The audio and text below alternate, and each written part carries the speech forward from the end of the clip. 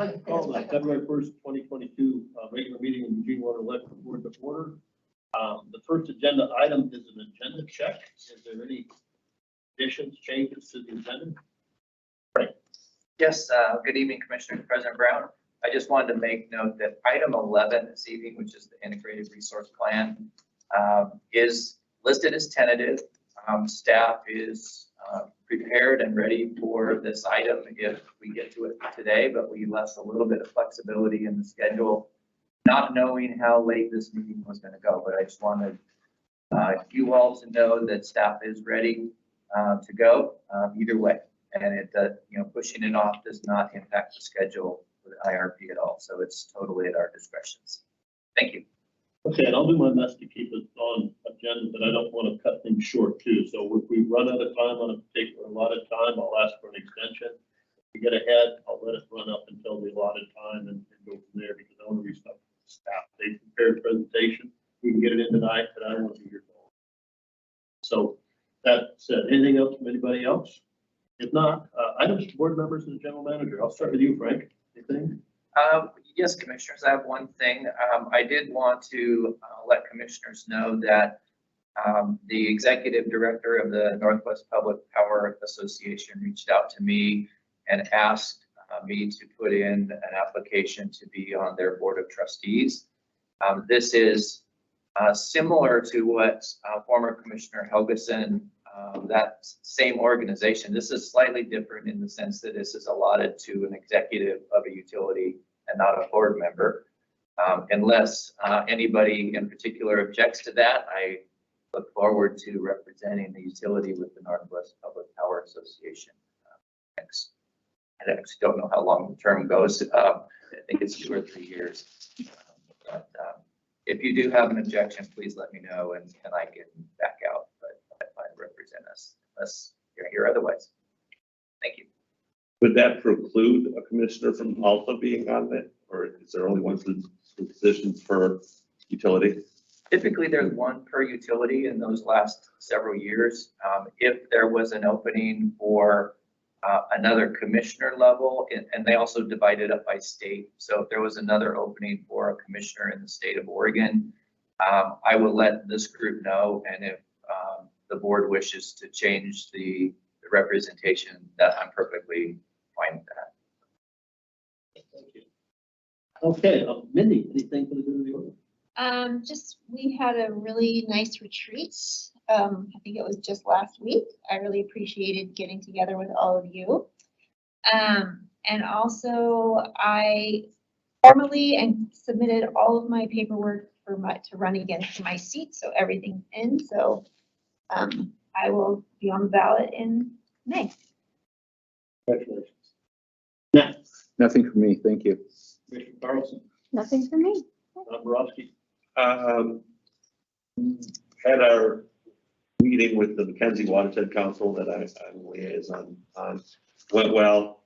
Staff is well represented there, so they do more of the heavy lifting, and I just kind of go along for the ride. But it's a very rewarding position. Good.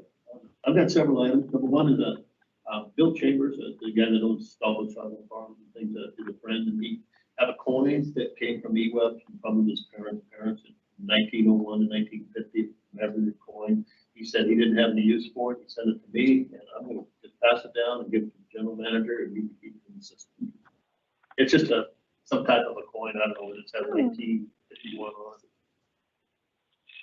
The other thing is, I don't know if anybody saw in today's edition of the news about Forest Service monitoring the South Sister, or the bulge is getting bigger.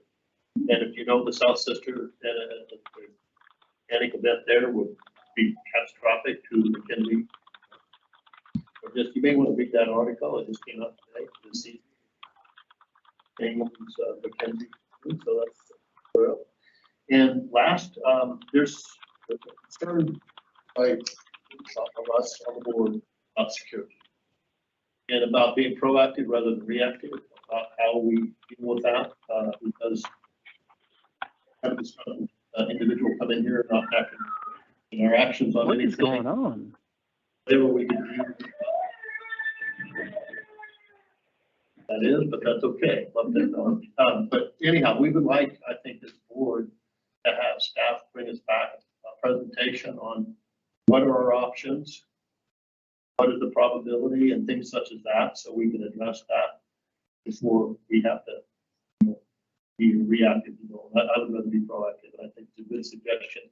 Without objection to other board members, I'd like the staff to bring us back some information on that and how we may better feel more secure in this position. Absolutely, President Brown. On behalf of staff, I can tell you it's an issue that we contemplated and considered, and we'll be prepared to have that discussion with the board. Okay, well, good, because I know we have security people here, and they're well trained, they're good at what they do, and we want to make them better. Okay, thank you. We really appreciate your presence. Thank you.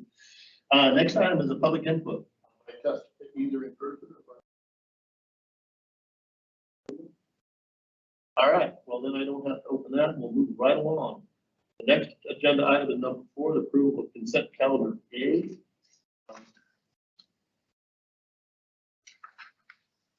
I move to approve consent calendar A. Is there a second? Second. Seconded by Mindy Schlockwood. Any discussions? If not, all those in favor signify by saying aye and raising your hand. Aye. That passes unanimously. Consent calendar D. I'd like to pull one item, number 4. Questions? And any other comments or questions on this? I just would make one comment that, again, I feel like these are super helpful. I start to read and have questions and they're answered in as a part of the brief the vast majority of the time. So I really appreciate the effort staff puts into putting these together. I think it makes things transparent and easier for all of us. So appreciation there. Thank you. Yeah. If not, I'll entertain a motion to accept consent calendar B absent item number 4. Moved by Carlson, seconded by Borowski. All those in favor signify by saying aye. Aye. Passes unanimously. Number 4, my questions. You know, I don't like no bid when we don't have competition and everything. So I reached out to a couple other architecture firms in town. They had no knowledge of this, although we did say in the background there was, and they questioned, we're not designing a building. With this service, it's $500,000. Design a full yard of road. Why wouldn't an engineering firm do? Good question. I was going to defer to the price for Karen Kelly on that one. This is so I've heard this over Sarah, either Sarah or Sarah. Would you like me to take that question?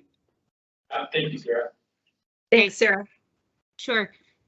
So when we were looking at the potential options for the use of this property, it did include some buildings and potentially multiple buildings. And so the way that we formed the request for proposals was based on a phased approach. And so it would potentially have building design, but also there's significant wetlands and alternatives analysis involved. And so we have the option of how we pursue the design work. And that's why it's a significant dollar amount. So this is for buildings and not engineering for, because we locked $400,000 off the price for wetlands mitigation. I'm just wondering, what are we getting for $500,000? That you know, I'm just wondering why an architectural firm is doing it, not an engineering firm. So the partnership for the team that's involved is a combination of engineering and architects. It was originally proposed by Pivot, and so they are the primary contractor, but there are engineering firms. You know, there's landscape, structural, wetland mitigation pieces. And so I could provide a breakdown with more information about who's involved in the project and the nature of the work that they're doing, if that would be helpful. My concern is I see these contracts come in and nobody else bids it. And then we get contract amendments in the future because we only have one player at place. And I just want to make sure that, you know, some of us are watching or all of us are watching. And not that I question the integrity of this process. It's just And we've got an architectural contract for $500,000, and it's the first I've heard of a new building. So I'm just wondering, you know, I think you can see where I'm coming from on this, I hope. So with that, I will approve this, but I'm gonna watch it. So I'm curious about what we're doing there, but that's a lot of money to design what I thought we could do. I didn't think we were ready to build it. Maybe we are. Okay, I move to approve number 4, the contract with Pivot Architecture on consent calendar B.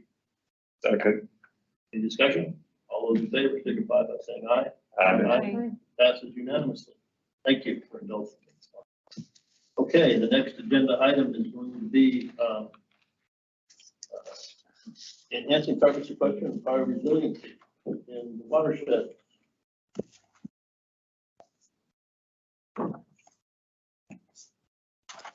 All right, good evening, President Brown, Commissioners. For the record, Carl Morgenstern, EWEB's Watershed Restoration Program Manager. I'm here with Lucas Silva, who's going to talk to us about some of the carbon sequestration work he's doing with us. Lucas is an Associate Professor of Environmental Studies at U of O. He is the Director of U of O's Soil Plant Atmosphere Research Laboratory, which focuses on nature-based solutions for climate change. And so he has an extensive background in essentially looking at climate-driven studies and changes in the carbon and water use. And he's originally from Brazil and studied in the rainforest, tropical forests, and savannas. And then he started doing his PhD in Canada. He got his PhD in Canada in 2011 and studied more of the temperate and boreal forests. And now he's with U of O. And looking at his research focus on the Pacific Northwest is kind of the model for the nation when it comes to looking at perfecting and scaling up climate solutions. And so EWEB's been working with Dr. Silva to really try to get the science right on some of the carbon sequestration work that we're looking at as part of watershed restoration efforts. And so without any further ado, I'll pass it off to Lucas. Carl, can you all hear me okay? Anyway, so, I tried to put a few slides together to give first an introduction to what we do in our laboratory. We'll begin by showing a series of photos here. It's just our core team of graduate students, of six PhD candidates, 2 master's students, 1 lab manager at the moment, working on what we call an enhanced natural climate solutions. You may be familiar with the acronym NCS for natural climate solutions. We think we can accelerate that. We'll give a couple of examples. We received most of our funding from NSF and the USDA. We're also connected with the LTR network. We work at H.J. Andrews, for example, with OSU partners. So we are locally based, focus on the region, and we are fortunate to partner with the EWEB in a variety of activities, and I'll be focusing on one of them today. The concept behind this idea of NCS Plus, or Enhanced Natural Climate Solutions, began for us in 2019. This is when I began working with Carl and others here at the EWEB. The NSF Convergence Accelerator Pilot, that's how they call this. They funded us to bring together hundreds of leaders in carbon capture from the whole region. We brought everybody together. You can see by the photo there, it's a pre-COVID world, so nobody's wearing masks. We're all in a room for 3 days, trying to figure out a plan, discuss the literature, and devise a plan for the Northwest as a model for the nation. That resulted in 37 different partnerships across 9 different states, 10 universities, 3 tribal governments participate in this, a number of federal, state, and local agencies, as well as NGOs and industry partners and national laboratories. So it is a regional to national scale effort, and we are getting ideas to be tested in specific systems and with hopes of coordinating research and implementation. So if I were to boil down our main mission, what do we do and why do we do it? We have one scientific goal, which is to better understand mechanisms that control carbon and water cycles. As you know, carbon and water cycles are inherently connected, right? From the level of the leaf, the level of the landscape. The story of carbon is the story of water. And our applied contribution in relation to that has to do with accelerating climate change mitigation and adaptation through ecosystem management, restoration, and crucially here, workforce development. We are training the next generation of folks to be able to quantify and improve carbon budgets and trade-offs related to that. That's our mission at UO and our lab. Now, the UO partnership is testing, as Carl said, a first stab at testing some scalable solutions for the whole region. Right, so I'll make a case in a second for why you can't look at a single sector. So we're looking at, I have some photos here of urban systems, wetlands, forests, and agricultural systems. To make a dent on the carbon sequestration issue, we need to work across the sectors and integrate research and development across all the sectors. And here's why that is the case. So let's take a classic approach here for a second. The standard approach today is plant trees everywhere. Right? That's a quote here, that's a simplification of the approach, but that's what it is. So if you look at a Nature paper, a science paper that came out in 2018, titled Natural Climate Solutions for the United States. This was authored by several of my colleagues at UO. What you're looking at here is the main figure from that paper. You're looking at the top, this is the climate mitigation potential in terms of teragrams of carbon or CO2 equivalents can be sequestered by different sectors. So the size of the bar here is the amount of mitigation potential for each sector. And here you have the main players. You have forests on the top, agricultural and grasslands systems right here, wetlands at the bottom. There's no sequestration potential that would rival reforestation at the very top of this chart. Even the most beneficial agricultural and grassland management practice in this type of analysis would fall short, 25 to 30% of the mitigation potential of what you find in reforestation. I will, so wetlands, let me just talk about this for a second. Even though wetlands hold the largest potential for sequestration per area of land, their footprint is so narrow, so small compared to the rest of the other sectors that, in fact, when you add it up, the potential for mitigation for wetlands is much smaller than that of other ecosystems. Second thing I'll point out in this figure, here's an economic projection. The current carbon markets of $10 a ton of carbon, you have this light green bars. Deforestation gets a very small mitigation potential in the light green bar horizon. Let's say that something happened and the price of the carbon market now goes to $50 a ton of carbon sequestered. That changes by orders of magnitude the sequestration, the mitigation potential of forests. That is because people will begin to allocate land that otherwise would have been allocated to wetlands, agriculture, and other activities to now do reforestation.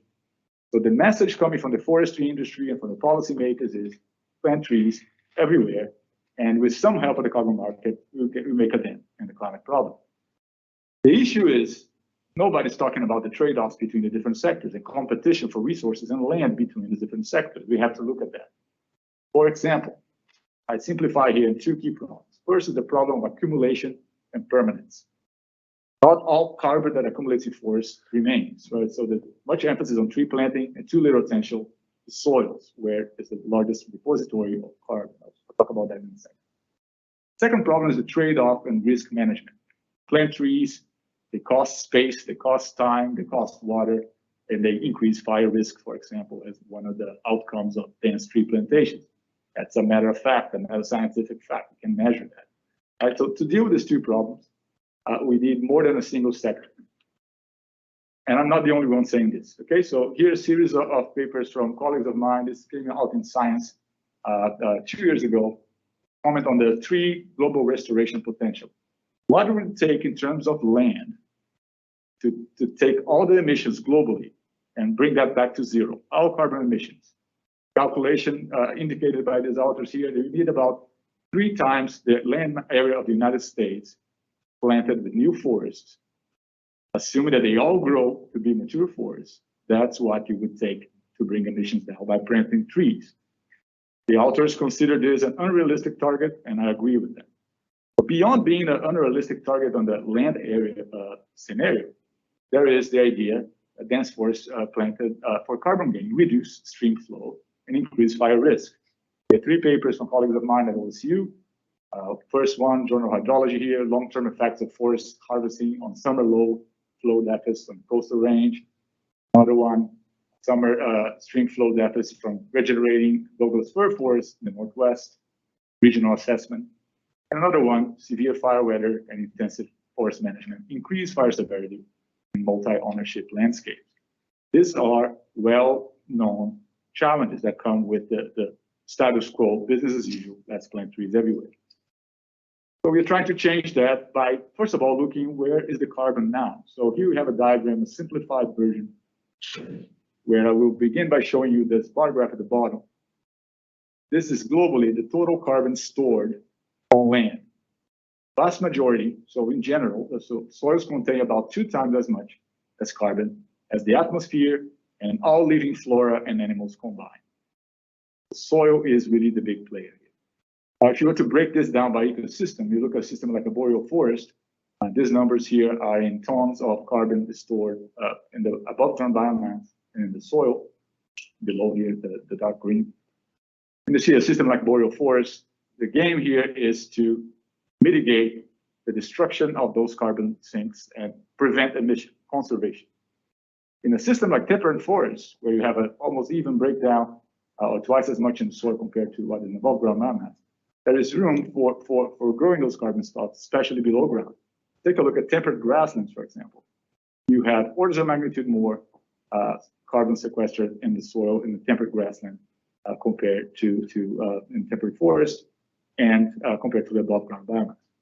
If you go to the tropics, where I'm from, you see almost a break even of the most productive ecosystems on Earth, high sequestration biomass, and not so high sequestration in soil. My point is, there's an opportunity here to learn from nature about combination of species and combination of plant and soil microbial organisms that can lead to higher sequestration rates in human designed systems. Another way to look at this, let's take a global stat. Here you're looking at a figure of global carbon stocks, paper that came out in Science 2019. Global carbon stocks on the y-axis, latitude, absolute latitude on the x-axis. Here's equator, so tropical forest would be right here. The green is carbon sequestered in the biomass of vegetation. The brown is carbon sequestered in the soil. The shades of brown give you soil depth from topsoil to 2 meters down the profile. Again, you see the boreal forest here holding the vast majority of carbon terrestrial land. The idea here is that you have to prevent this from coming out to the atmosphere. That's the main thing to be done. Same for the tropical forest.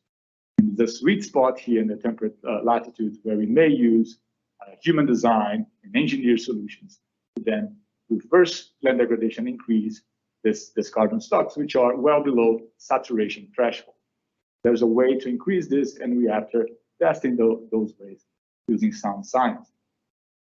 Now, the High Banks project is precisely designed to do that. It's an experimental management for soil carbon sequestration. Sorry, the letters didn't come out right here. My slide looks slightly different than that, but bear with me. This is 140 acres by Springfield, and this is the division of the site. We have 3 phases of planting, where phase 1 right here in orange, phase 2 right here in green, phase 3 to be planted next year. And each of these plots of land here are dedicated to uniquely designed combination of tree species. And we hope that will lead to different kinds of microbial networks in the soil, which will accelerate carbon sequestration. So it's about managing and designing unique combinations of species to elevate carbon gain and mitigate water use. So, for example, this is what we had already been planted in February 2021. Phase 1 of the planting. Each of the colors on these pixels here show the kind of treatment we applied. Everything from pure conifer treatments to pure hardwoods to combinations of shrubs, conifers, and hardwood species. We're looking at monitoring survival rates and doing just the basics, the very basics of the introduction of these species and monitoring, and watching how the microbial community and the soil carbon respond to them at the same time. For phase 2, that's planned for now, February 2022. We have about 22 acres of that land being allocated. We're going to have thousands of trees and shrubs.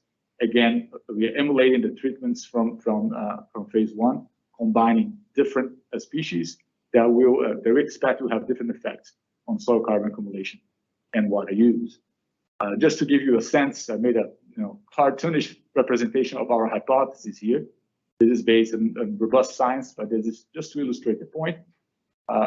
three conceptual hypotheses for you. The first one is species diversity increases the productivity of the overall above ground vegetation, as well as the soil carbon accumulation below ground. Show some preliminary data on that in a second. The second hypothesis is that structural diversity, and that is the structure of the canopies, the structure of a community, can be designed to increase water efficiency and decrease fire risk. So in this case, we're looking at a representation of what might be the water used by a tall tree versus the water used by grasses. So there's a way to design a system that would be structurally diverse, use less water, and perhaps sequester the same amount of carbon.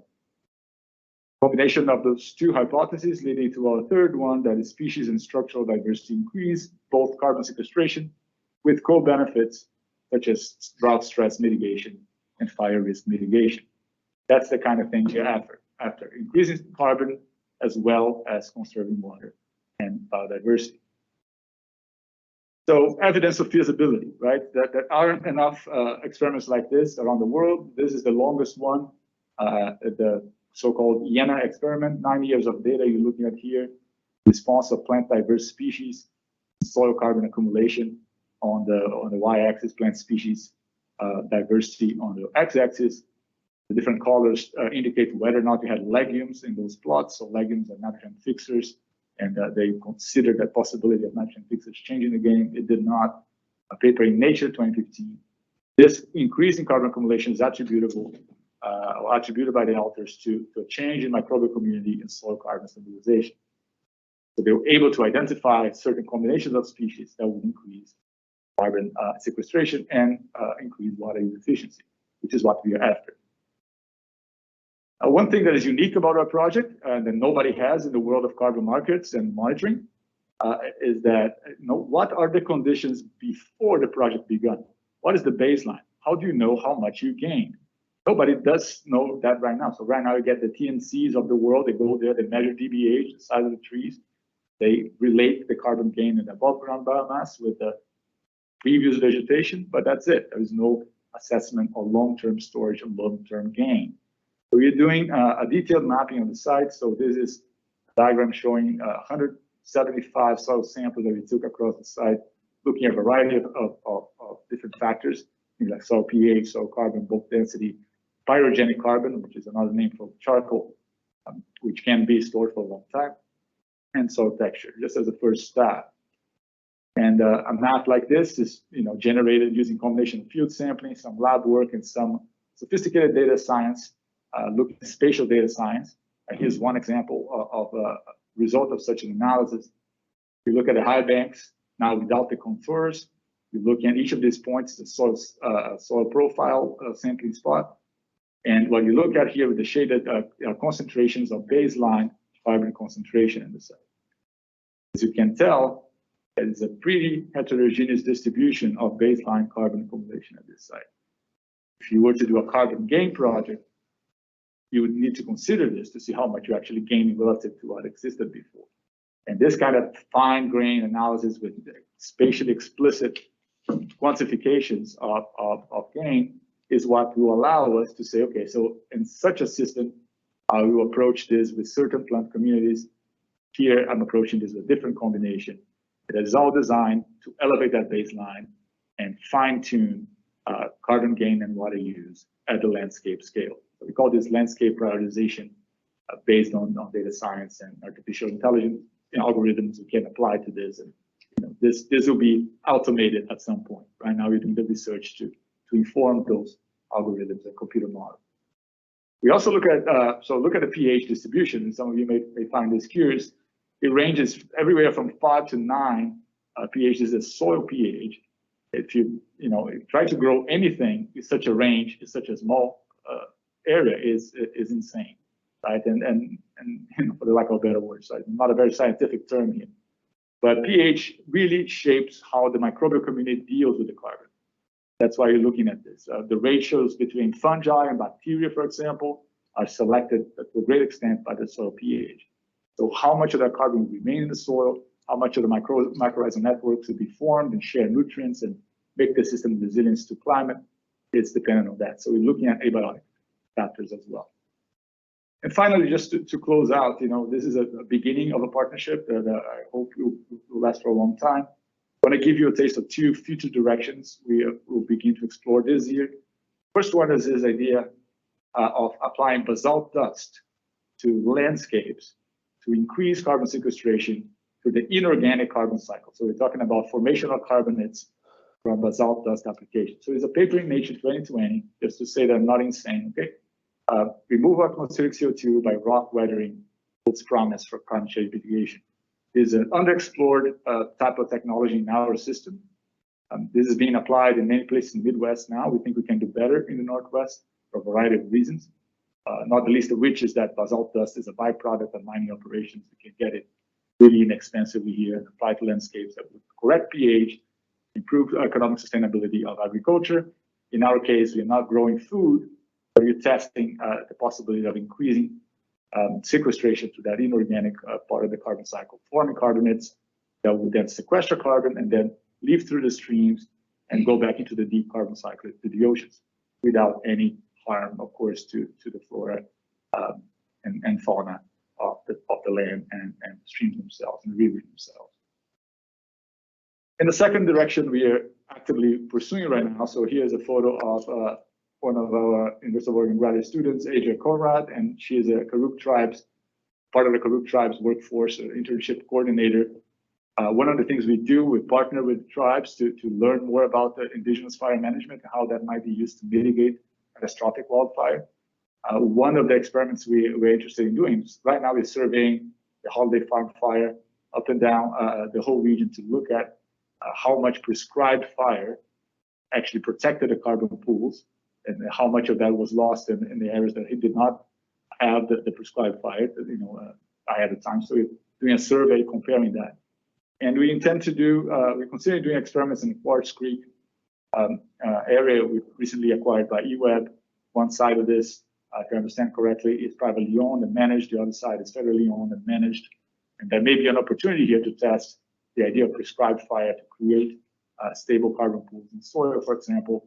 If we can mitigate fuel, strategically place prescribed fire to increase sequestration of charcoal and forming biochar in the landscape, that carbon pool could last for thousands of years and with many other benefits. So just a taste of two future directions here. And I thank you again for your time. It's a pleasure to be here. You can learn more about what we do at soilplantatmosphere.com. We're also on Twitter. Check us out, and looking forward to questions if I have time for that. Thank you very much for your presentation. Very enlightening. And I think some of you may recognize some of that land on High Banks Road we acquired from Weyerhaeuser years ago. So we did that. That said, we got 8 minutes left. I'm going to entertain questions or comments from anybody here that would like to comment or something. Thank you very much for your presentation. It was fascinating work that you have going on. Thank you. I had a quick question about the two parts that you had on the soil. There was the orange and the blue one. If you could pull those back up. I just had a quick question there. There we go. Thank you. Does it mean that there's a correlation between how acidic the soil is and how much carbon that it can hold? That's an excellent question. That shouldn't be necessarily, that we wouldn't expect to see that necessarily. So it's not implying that there's a mechanism of carbon accumulation related to pH, but pH does indicate how much organic acids are being put by the rhizosphere. pH shapes the microbial community. So there's an indirect, in this case, that appears to be a correlation there. It's a correlation, not causation. Okay. But it indicates it's not related to that lack of or potential relationship is not why they're putting basalt. No, it's not. Okay. It's more, in this case, we think it's more a legacy of previous land management and whatever was dumped there, the way that the soil was managed and pushed.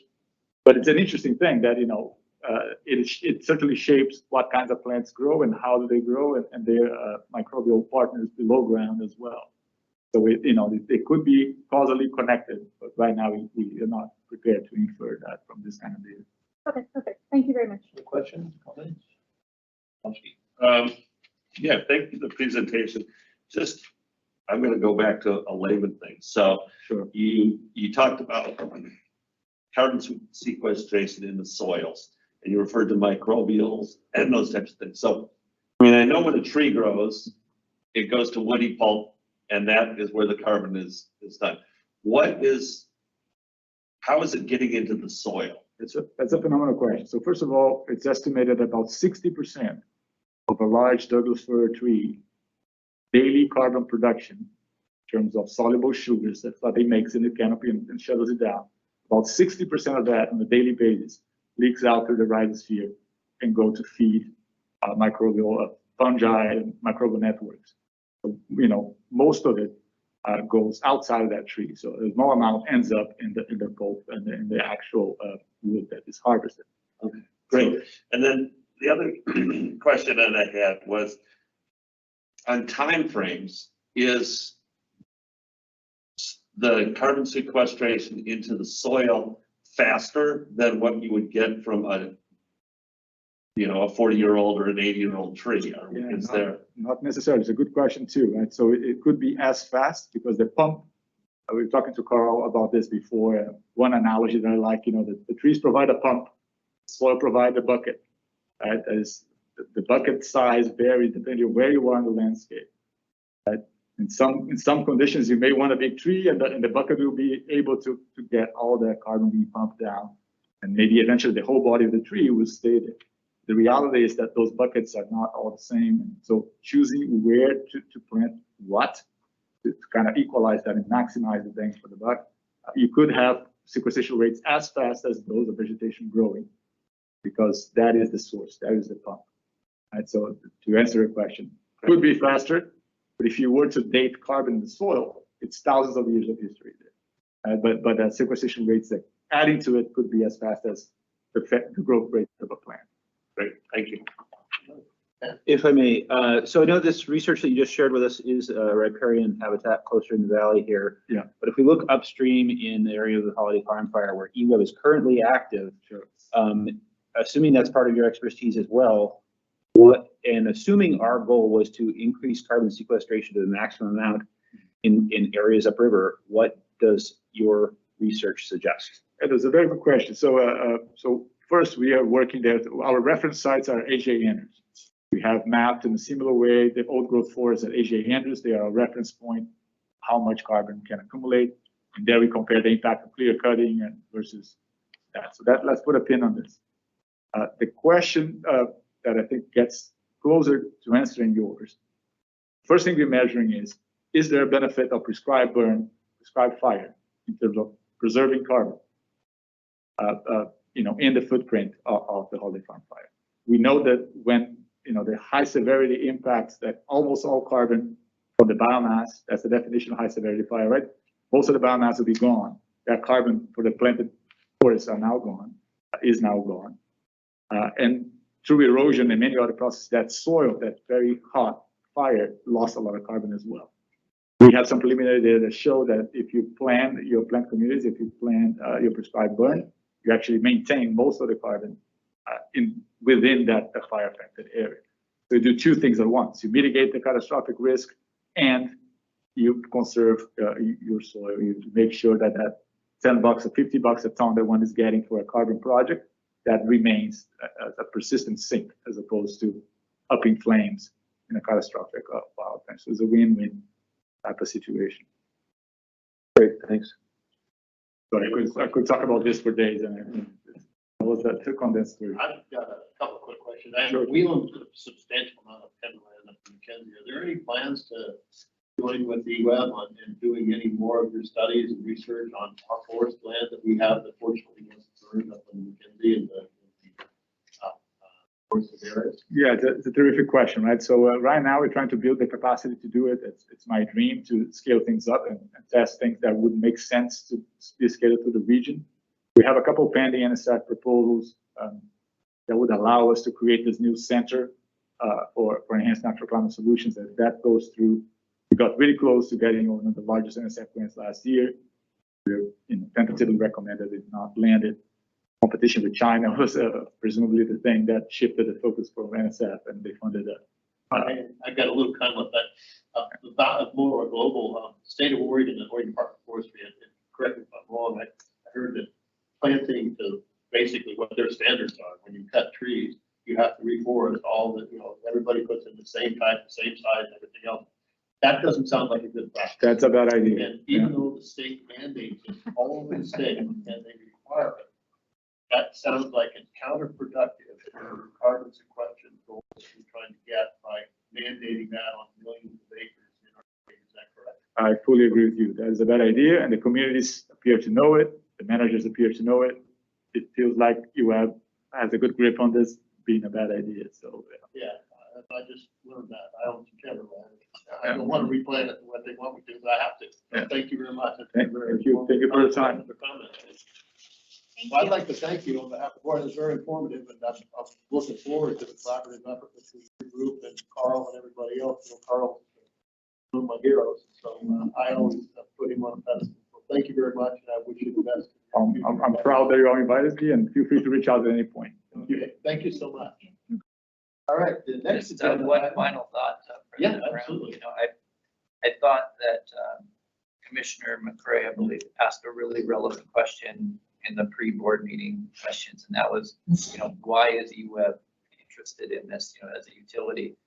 And I think that, you know, from our perspective, especially related to the watershed, there's a recognition that what we do above the ground matters from a carbon sequestration that goes on below the ground. And by trying to link those two together, ultimately, we want to be able to stack the benefits of our work up there to the point where even customers and potentially investors and others recognize that there's a carbon benefit to the work we're doing in the watershed over the long term. And by doing that, hopefully, and eventually developing a more sustainable way to finance continued work in the watershed. So it's a long-term play. It certainly relies on research like this to kind of quantify and qualify what we're doing. But there is a reason to do that, and hopefully we'll be able to continue this work and be able to recognize that, you know, in this case, our watershed work and our carbon sequestration are complementary types of work. Thank you very much. Any other questions or comments before we move on? All right, agenda item number 8, environmental products line. It's going to be Julie and Wade. Yes, we're here. Thank you. So good evening, commissioners. I'm Julie McGahee, and joining me is Anna Wade. And tonight, Anna will be introducing you to EWEB's proposed environmental product line. After the presentation, we'd love to hear your questions and your feedback. And then our plan is to come back to you next month for approval on the associated product pricing. So Anna, if you're ready, I'm going to turn it over to you. Yeah, thank you, Julie. I appreciate that. Before I get started, I just want to share that for me, this is a product line that I've been eager to put my energy towards for some time. So I really am happy to be here tonight and do welcome any questions and comments you have at the end. EWEB has a long history of environmental stewardship. Our resource portfolio provides low carbon electricity to the community. Our conservation programs are long-standing and they're robust. And our leadership, as you just saw in the Mackenzie Watershed, has been a highlight over the course of a couple really, really challenging years. In the past, customer communication on these fronts has focused on lowering customer bills, on reliability, and on source protection, which of course are all super important and central to EWEB's strategic plan, as you all know. But our customers are voicing a growing call for climate solutions. And we have an opportunity at this time to rebrand and showcase EWEB's longstanding commitment to the environment in concert with the rollout of new customer options. Can I get the next slide, Holly? Okay, so while our focus tonight will be on the Lead Green product line, I think it's really helpful to provide you all with that in context.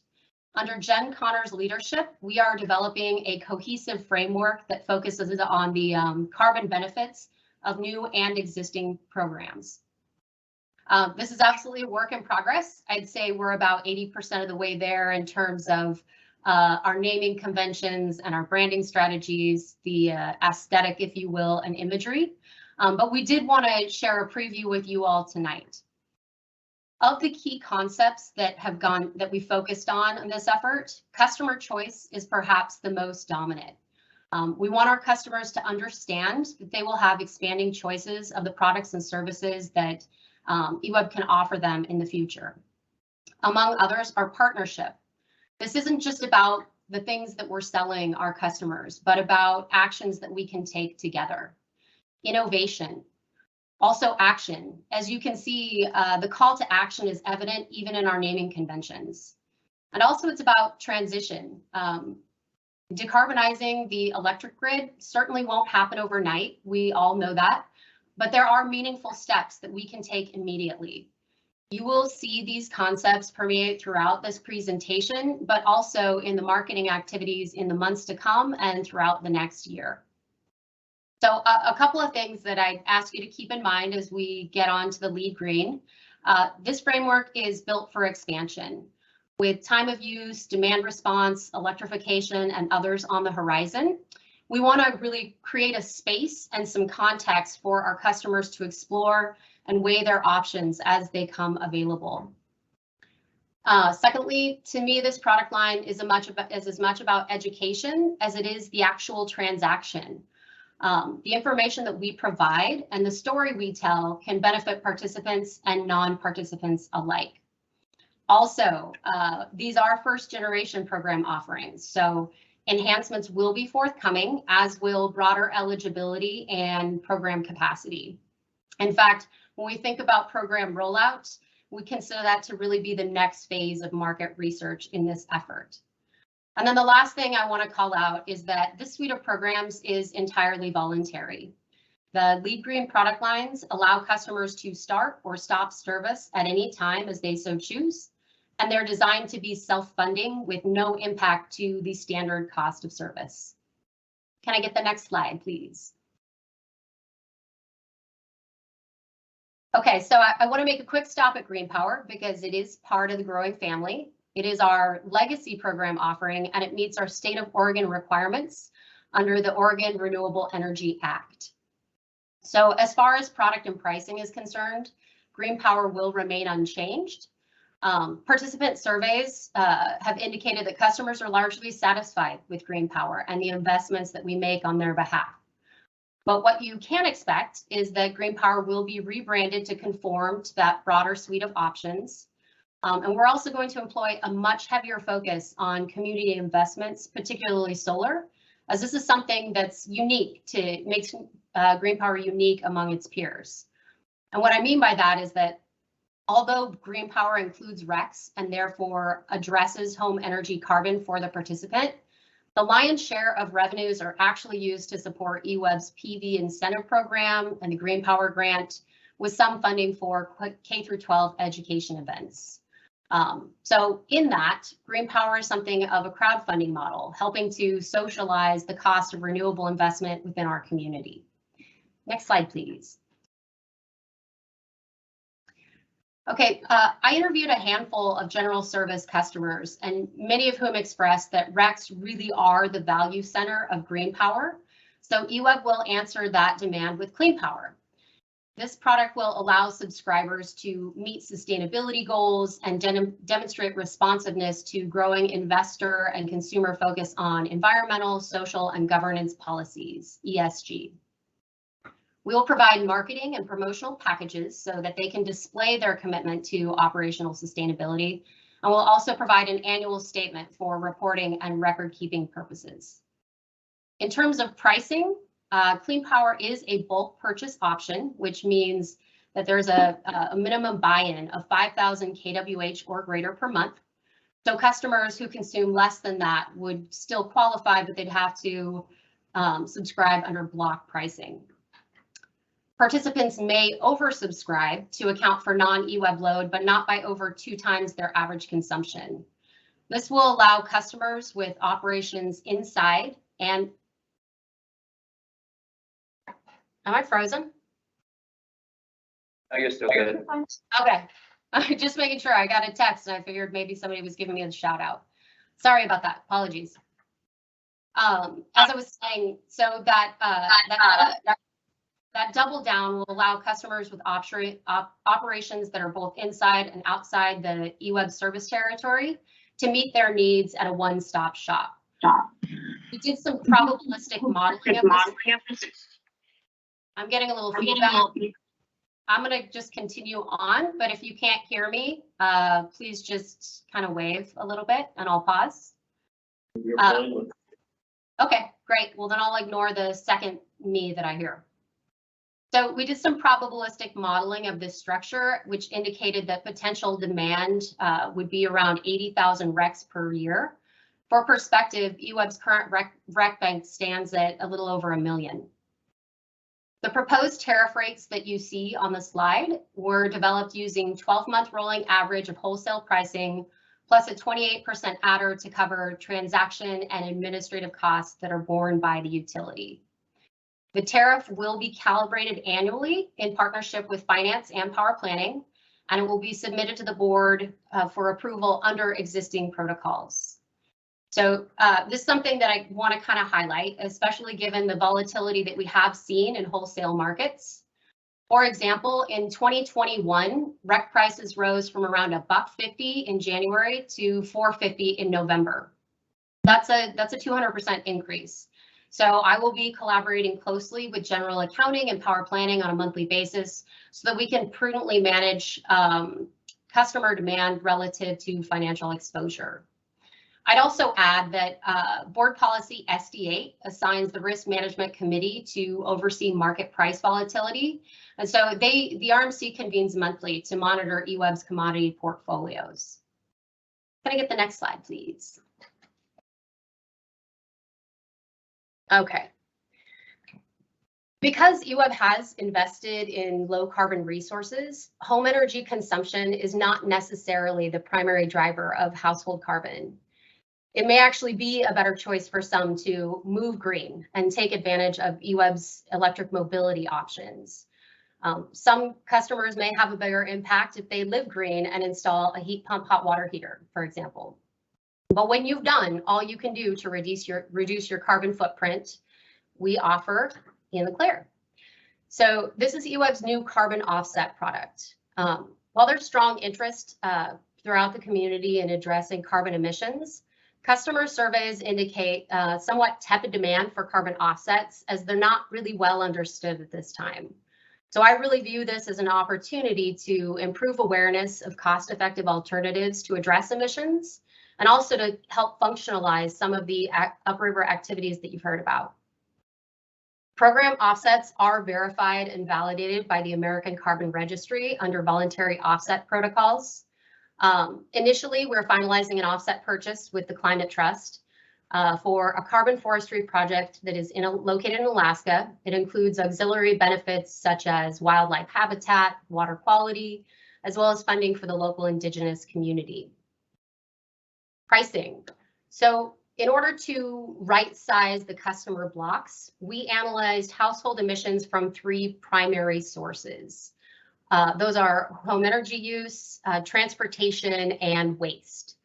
So for home energy use, that was calculated using the DEQ value for carbon intensity of EWEB's portfolio.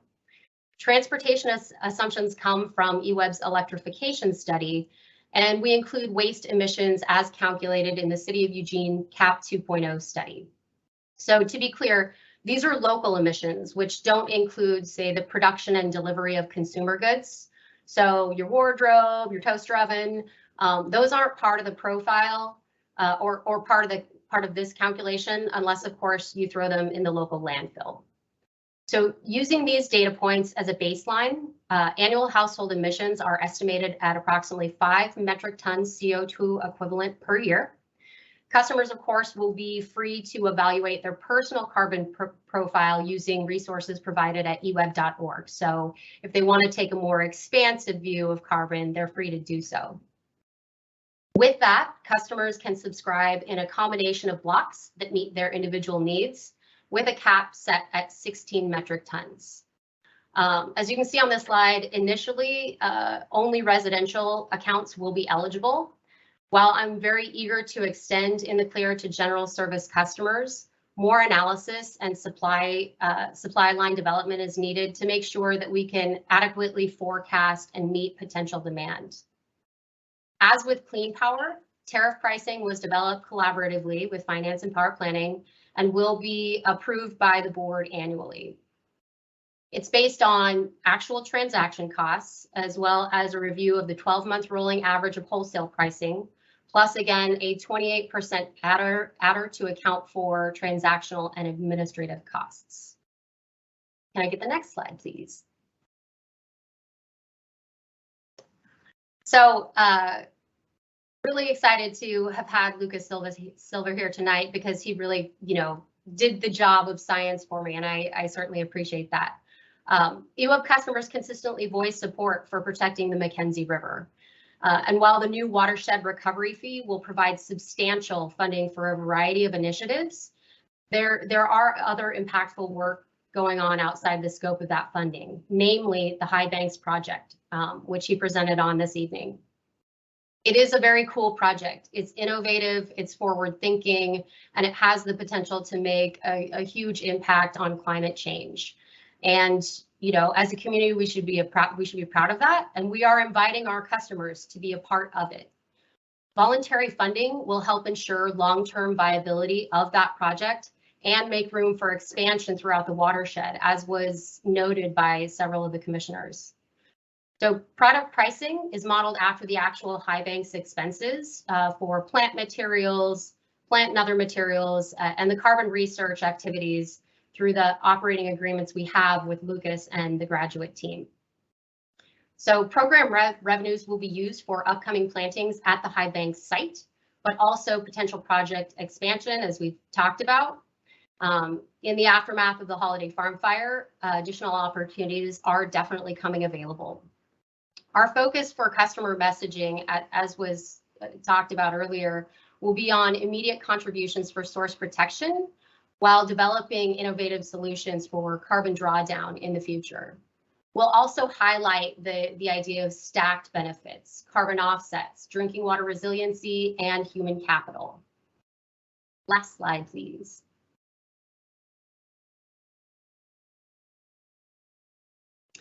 Okay, so in closing, I just want to remind you all that we will be asking for your approval of pricing tariffs in March via consent calendar. Following that, we plan to initiate a teaser campaign in the lead up to formal product launch, which is scheduled for Earth Day on April 22nd of this year. And then throughout the next year, we're going to run targeted marketing campaigns for each of EWEB's various carbon product lines. So those are my prepared remarks. And with that, I welcome your questions and your feedback. Thank you very much. That's a very informative presentation. I know that a lot of people have a lot of questions, and so we've got 15 minutes left, and that's about to reach the first of those extend. So questions or comments? Commissioner Schlossberg? So thank you for that presentation, and I have to say I really appreciate the branding and marketing of it, and the way that you've broken it down makes it easier to understand. So I really that. So my question is, so these programs, tell me if I have this right, are entirely based on people opting into it. So it's like something selling, but basically you're selling these things and people voluntarily opt. Correct? Yep, that's absolutely correct. So we will put to use any revenues that are generated, but as I said, customers are welcome to subscribe or unsubscribe as they so choose. Oh, my question is, are we replicating things that have been done before? Are we fairly certain that people will opt into this? Or to ask people like, hey, do you want to pay more for your water, electricity? Most people say no, but there are like a slice of people that would be for carbon reduction. But I'm just curious, like, are these based on other utilities programs, or how does it come up with that? Yeah, just so you all know, the audio is a little bit challenging for those that are in person. So if I miss part of your question, please just go ahead and repeat that back to me. But yeah, part of our initial research was to look at what is being offered by our peers. What are the units that they're being offered? What are the price points? All of those things. I can say that as for clear power, that's pretty common actually. A lot of our regional peers offer, offer green power, of course, but also target larger customers, sell in bulk blocks. So that's not terribly uncommon. As far as carbon offsets, I will say that's a little less common of a utility. Typically, it's only natural gas utilities that will offer that. But one of the primary goals, as I mentioned during the presentation, is that, customers can account for their home energy use through RECs and through green power. If they want to get beyond that, there are other sources out there. But as a utility, we can provide that, in a way that is seamless to the customer and helps meet, shared and mutual goals. So I see that as an opportunity to get beyond just EWEB's portfolio and the electricity we provide to, again, expand what our customer choices are. Thank you. Sonia. Great, yeah, I really appreciate the presentation and it was very clear. I like the breakdown of the different buckets and the names of them. I'm curious, how are the rates determined? And is this something that, like the city oversees our rates? Is this something that they would oversee because it's technically in the bill, or is it's just something because people are opting in, it doesn't?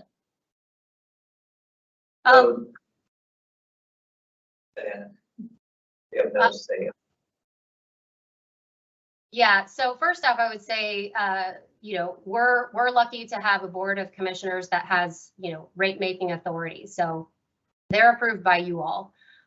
As for how the pricing was constructed, as I mentioned during the presentation, clean power and in the clear in particular are very much tied to wholesale markets because really that's what the customers are purchasing.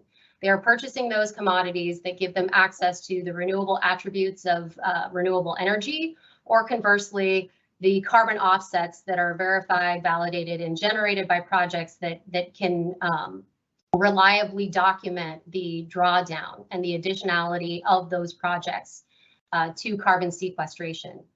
So pricing for those two is very commodity driven. Like I said, we do want to account for any and of all EWEB costs are associated with that because as these are voluntary, we want to ensure that our standard cost of service is not impacted by these voluntary programs. And then again, the Carbon Forest Lab, obviously we want to expand opportunities as they come available, but I did model the pricing after actual project costs of the High Banks project. Okay, so if it's tied to those commodities, we know those commodity prices change and fluctuate.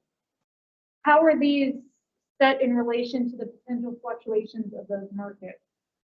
Yeah, no, it's a great question, and it's one that we'll have to be very active in managing. So just as we do with power, when you're setting rates, there's a power price that's associated with those rates, and those power prices fluctuate all the time, like within the hour, every hour, throughout the year. So that's something, as I said, that the Risk Management Committee is very active in overseeing, and why we have a hedging program. Into the future to secure that rate for that quantity that. Yeah, correct. So in working with the power planning group and with finance, that's why we looked at not just a spot price. What are those commodities marked at today? Well, we looked at that 12-month rolling average. We looked at transactional costs and the different options that we had available to us. We looked at the trends of those prices. So there was definitely some analysis that went into that. It wasn't simply a spot price, but it is something that, when you are engaged in commodities, you do have to manage those either with price hedging or other tools that are available to us. I see my time is out. If there was another round, I had one more quick question. You want to thank everybody. Any other questions or comments? Commissioner McCray? Yeah, I have a couple of questions. Hey, thanks for the presentation, Anna, and for all the work you put. I guess I was finding surprise that I'm a fan of programs that help us reduce emissions. I do have a handful of questions for you, and I hope this isn't the weeds.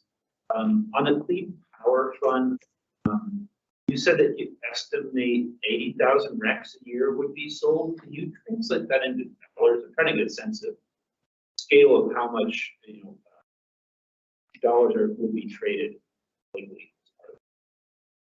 Yeah, so on that front, and it really depends on demand. So when I said 80,000 RECs, like I said, we did some probability analysis. So a couple data points I want you to keep in mind. One, our current participation rate with green power is only 2%. Not a lot of uptake there. But there is evidence to suggest that there's greater capacity and greater interest in the community, as, for example, Northwest Natural boasts a participation rate of around 20%. So what I looked at was a potential for increasing participation in that particular product line to 10%. And when we did probabilistic modeling of the customers that are sized right to really, have the greatest interest, that's where I came up with the 80,000 RECs. So based on that, we're looking around 300K. Okay, thanks. And those RECs are generated by EWEB operations. Is that accurate? Yeah, that's correct. I mean, we won't be limited necessarily to RECs that are generated from EWEB's portfolio, though at this time we do have a significant surplus. And so we have a source on the shelf to provide for a much, much higher level of customer demand. However, should we need to, or should we want to, we could certainly procure in the market at a price point. There is relative liquidity to do so. So definitely it's our intention to utilize that robust REC bank, but we do have market access and the infrastructure available should we need to procure outside our own resource base. Okay, thank you. And then going into the carbon offset program, do you know what the current rate for carbon offsets is? This seems wildly less expensive than the standard market price. Yeah, Matt, Commissioner, Okay. it's sorry about that. It really is kind of all over the map. And part of that is because it is a sort of a burgeoning marketplace right now. And carbon offsets have not really been commodified in that, with a lot of products, it is a very single and well understood brand, whereas carbon offsets can be generated in a variety of ways. There are industrial projects, there's carbon forestry projects, digesters, things like that. And the market basically prices them not just on the commodity, but also what some of those auxiliary benefits are. So we received, in doing the market research for carbon offsets, we got pricing from a commercial broker, for example, and we saw prices as low as $4. We saw prices as high as $20. Depending on where you shop for offsets, that the price can be, pretty volatile, and it's really based on those auxiliary benefits. So again, that's why we didn't just take into account the purchase price for the carbon offsets that we're getting ready to execute on, but we looked at a broad set of different types of projects that EWEB would have market access to. Any questions or comments? Thanks, John. Thank you for the presentation. Couple quick questions. So on the RECs, would that be something that the city of Eugene could use to, if they were one of our customers, they could use to hit some of their climate action goals? And, I know they're buying offsets on other markets. That's something that we could market to the city of Eugene as a large user. Yeah, absolutely. And I will say we've been very collaborative with our local partner agencies, and there's a lot of interest in Clear Power because it is a more affordable avenue to achieving carbon neutral operations. Several of those agencies have indicated interest in participating in this program. Janine Parisi and I will be attending the, it's a collaborative group next month that includes, you know, all the usual suspects. We'll provide this presentation to them, but I know that already several of them have indicated that they're interested and are eager to participate. Great. Two other things. One is I heard you talk in one of your things about 28% overhead and recovery charge. I would really like to make sure that we track that, and that's not just a stab in the dark that we're doing 28%. If it comes in less, I would like that to be reflected. I don't want to be overcharging for overhead. I would like to see that hopefully be a base, you know, getting it rolling and it's 28%, but 28% seems high to me for overhead and management. And then the last thing is, as far as marketing, the Carbon Forest Lab, I would really hope when we do our upriver meeting that we have some sort of a presentation of that for the upriver people, because I think that they'll see the benefits that they've gotten from EWEB, and they might be a very willing partner to buy into that program. So I hope we can shoot that marketing up there. Thank you.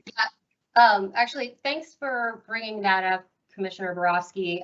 One of the things that I've started to communicate with my peers about is the potential for extending that particular program beyond EWEB's customer base. Because I think you're right, there is potentially a lot of interest upriver, and for others who are interested in that sort of innovative research type of project. And I think the benefits have the potential to extend well beyond EWEB service territory. So I asked the question, why wouldn't we want to allow others to participate who are not simply EWEB traditional customers? So I think it's a great idea. And yeah, for this product line in particular, we will be taking a pretty aggressive marketing campaign. I'm grateful to be partnering with Jen Connors. She's phenomenal. I think she might be on the line if there are any questions for her, by the way, but yeah, absolutely. Thank you. I'll go last. Thank you. Just a couple of quick questions. Will we be able to see who's participating and by what amounts? Because like, I'd like to see how the university buys into this. They're, you know, they heat all their buildings with gas and things like that. And I'd like to see just how much of a check they're going to write, or if they're going to participate in this program at all. I don't know how others feel about that, but City of Eugene, Lane County, the big users of the public agencies that can make this decision, participate and lead by example. Are we going to be able to see who the participants are and how much they're contributing or for their offsets? So certainly you will have quarterly reports on program participation rates and revenues generated and all of that. And then we'll have an annual update on, you know, program achievements every year. As for providing a specific list of who's in and who's out, I'd probably look to Sarah Crichton in Enterprise Risk to make sure that, you know, the best way to share that information with the board, given that, you know, customer accounts are, you know, private. So I'd probably look to Sarah to figure out how we would provide that kind of information to the board. I don't know, Frank, do you have any comments on that maybe? Hand in the air, thank you.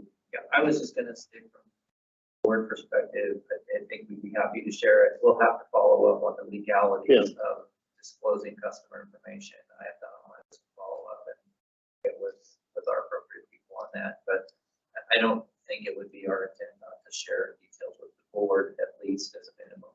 Yeah, I don't know, we've only got it, in my other question, I got time, is that we've got only a 2% participation rate in green power right now. And this is a bigger variety of products, and you know, I think it's going to be fun to see how this transpires. But how do I sell this to the layperson when I say that 96% of all the electricity you consume right now is carbon free? So we're doing this for 4%. And how do I tell them to justify this expense? I mean, what marketing program do you have or message do you have to tell the people why this is a good buy-in? Besides, I mean, we obviously know, but to the lay people that don't understand this as detailed as we do, how do we get over that hurdle of educating people to spend this extra money for what I think is it's a small percentage of our portfolio to offset? Yeah, no, it's a great question. And honestly, I spoke with some customers, general service customers who actually calculate green power block purchases based on that 90%. So they look to cover the remaining 10%. So it's not a concept that is, unknown to some of our customer base. I would also say that it's our intention to approach marketing in iterative fashion. So right out of the gates, we know we're looking for those sort of climate innovators, early adopters that are going to see these products and services and say, this is an opportunity for me to do more. I know that we have very low carbon electricity here in the Pacific Northwest and at EWEB in specific, but I have an opportunity to do more. And you're right, it will be a tougher nut to crack as we kind of move along that curve and try to get to those who are, less inclined, less interested. But I think one of the things that this suite of programs has going for it is that there is something for everybody. And I think it's great that we'll have an offering that really focuses on the water utility and the infrastructure that we're working up there. So if a customer is satisfied with EWEB's portfolio, more power to you, unintended. But there are other things that we can provide for them that get beyond their home energy use. As I said, with carbon offsets, they can address their transportation, their waste, and other things. And they can also participate in the Watershed project. So that's really the point, is that we're hoping to offer something for everyone and expand customer choice through this product line. And thank you. Greg? Yeah, President Brown, I was just going to say that there's, from a strategic perspective, probably two byproducts to this work. One is an enhancement of our ability to both develop and market products and customer choices. That's an internal thing. I mean, we have to at some point understand the trade-off between price and volume, for example. The second, from a customer perspective, it won't be too many years in the future when being a passive consumer of energy will not be to your benefit as a consumer. And so recognizing that customers at some point have to start dipping their toes into some more active relationship with their utility is another byproduct of this that we hope develops over time. So those are very long-term strategic reasons for both an internal one and external one, why this work is important now, even if there's pretty low participation. Thank you. That's a great explanation. Thank you. Before I close this agenda item and ask for a check, Tony, you want the second round? If that's all right. Yeah, we got time. Okay, a few more quick questions and a comment. When you were going through and talking to different customers that are already purchasing or offsetting, very savvy, these early adopters, are they buying offsets elsewhere right now? I'm sorry, Commissioner Carlson, I missed that last part. Are they buying what? Are they buying offsets? Are they buying offsets right now, carbon offsets? That's a mixed bag. Like I said, there are a variety of views about offsets because historically it has been sort of a wild west of a market, I would say, with folks having questions about the viability and the additionality of those projects. So carbon offsets is a mixed bag. As you know, the city of Eugene has purchased carbon offsets. So I know that for certain. And we also know that, at least as it relates to natural gas customers, they recognize the benefit of carbon offsets against their home energy consumption. So mixed bag. And it was interesting too, because for me, a priority has been focusing on, purchasing local offsets and developing strategies to begin generating local offsets. And again, there were a variety of opinions there. Some just wanted to ensure that so long as it's a project that I feel confident is making a difference, then location doesn't matter. Others are very, very interested in location. Some of those local agencies are particularly interested in what EWEB will have to offer in the future relating to our upriver activities. So really, there was a wide variety with carbon offsets. Yeah, I mean, thinking about the participation rate, I mean, Northwest Natural, they have a much dirtier product, so, you know, more yield, more participation. So I don't know that we'll ever get to that level, but I would like to see it increase.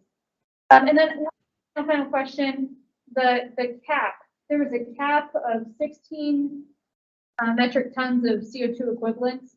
Why is there a cap on that? Curious. You know, like I said at the beginning, it is our intent to enhance these programs, expand program capacity and eligibility as soon as we're able. But right out of the gates, since carbon offsets are not a commodity that EWEB has transacted on in the past, we really want to make sure that we shore up our supply lines, that we don't have a single source for procurement, and that we have good market liquidity to ensure that we can meet whatever demand is asked by our customers. So it's really a matter of developing that and ensuring that we can prudently manage the price exposure. Okay, I guess I would just recommend that as we go into this process and you say, you know, there's a cap, it might be good to have an option for them to say, you know, if it was available to purchase more, would you and how much? So we can get a sense of that market. Okay, thank you. Okay, Matt? I just have one more question. The forest carbon research program, I'm all for that kind of research. I am wondering if we're finding that, like, our research partners having a hard time getting carbon sequestration research funded. It feels like a slightly peculiar area for EWEB to wade into, unless there's just like a dearth of funding for research, and we just can't find, or researchers can't find other ways to get it done. Can you just help me make that link? You broke up for part of it, so I'll answer the part that I did hear and then maybe follow up for what I missed with that. So during his presentation, Mr. Silva talked about the Nsf grant that they applied for last year. They narrowly missed that, and there was a period of time when they were sure that they were going to get it, and that was substantial funding. I don't recall the actual dollar figure, but this is certainly something that not just EWEB and some of the smaller local players are looking at. For example, I read a couple months ago that the Senate was looking at a bill that would assign oversight of carbon forestry and carbon agriculture practices under the Department of Agriculture, and really start to create standardized ways of not just developing protocols, but they would actually oversee those markets because there's a lot of potential there. So I don't think that this is something that is so far out on the bleeding edge that we should not be participating, because these markets really are growing.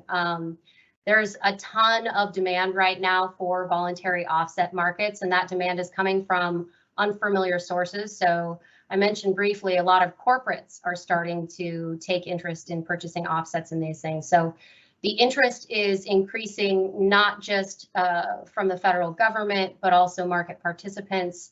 And this is just a really unique opportunity to kind of be on the forefront of actually looking at the science. A lot of the carbon forest projects, they use estimates. They're standardized estimates, and they're approved, by California Air Resources Board, et cetera. But the data that is being collected by Lucas and his team is, it's pretty phenomenal. And it's taking a look at not just above ground plant materials, but below ground. So yes, we're on the forefront, but there's a lot of energy right now to look at carbon forestation and carbon agriculture and those types of things, so that we have natural solutions to climate change. Thank you. I know Carl Morgenstern came to the podium and he wants to say something.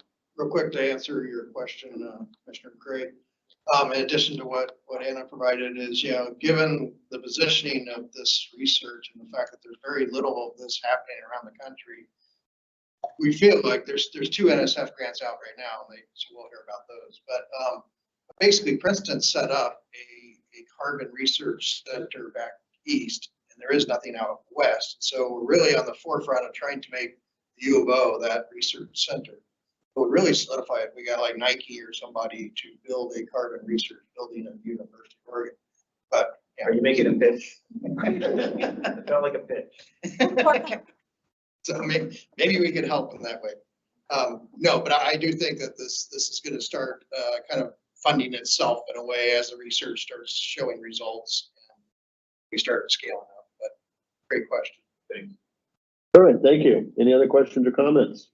Well, thank you very much. It's a great presentation, and I think we all learned a lot, and that kind of wraps it up, and we'll look forward to more reports from you and more in a greater level of participation throughout our customer base. So thank you. Really appreciate it. Okay, comments from the board now. We're ahead of schedule by about 25 minutes.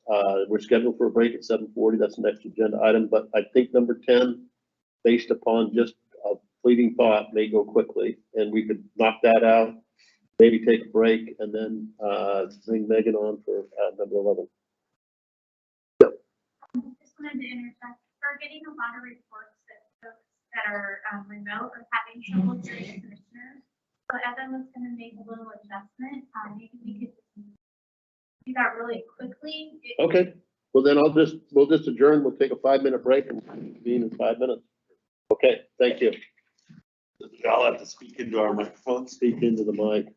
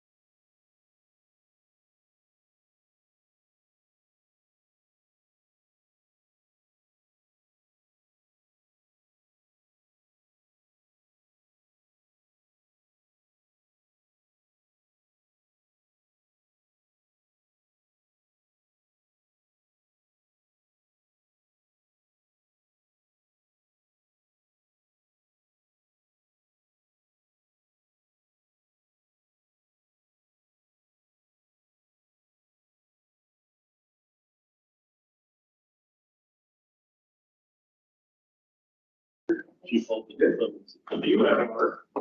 That's my mask. Megan, would you please do a mic check? Yes, can you hear me? Yes, you're coming through nice and clear. And Ben, are you there? Thank you. Yes, I'm here, and I can hear clearly too. Excellent. We're good to go. All right, we're about ready to reconvene. Okay, I'm gonna reconvene the regular meeting of the G1 Electric Board for February 1st, 2022. Next agenda item is number 10, resolution 2207, authorizing the general manager to negotiate and execute the property sale.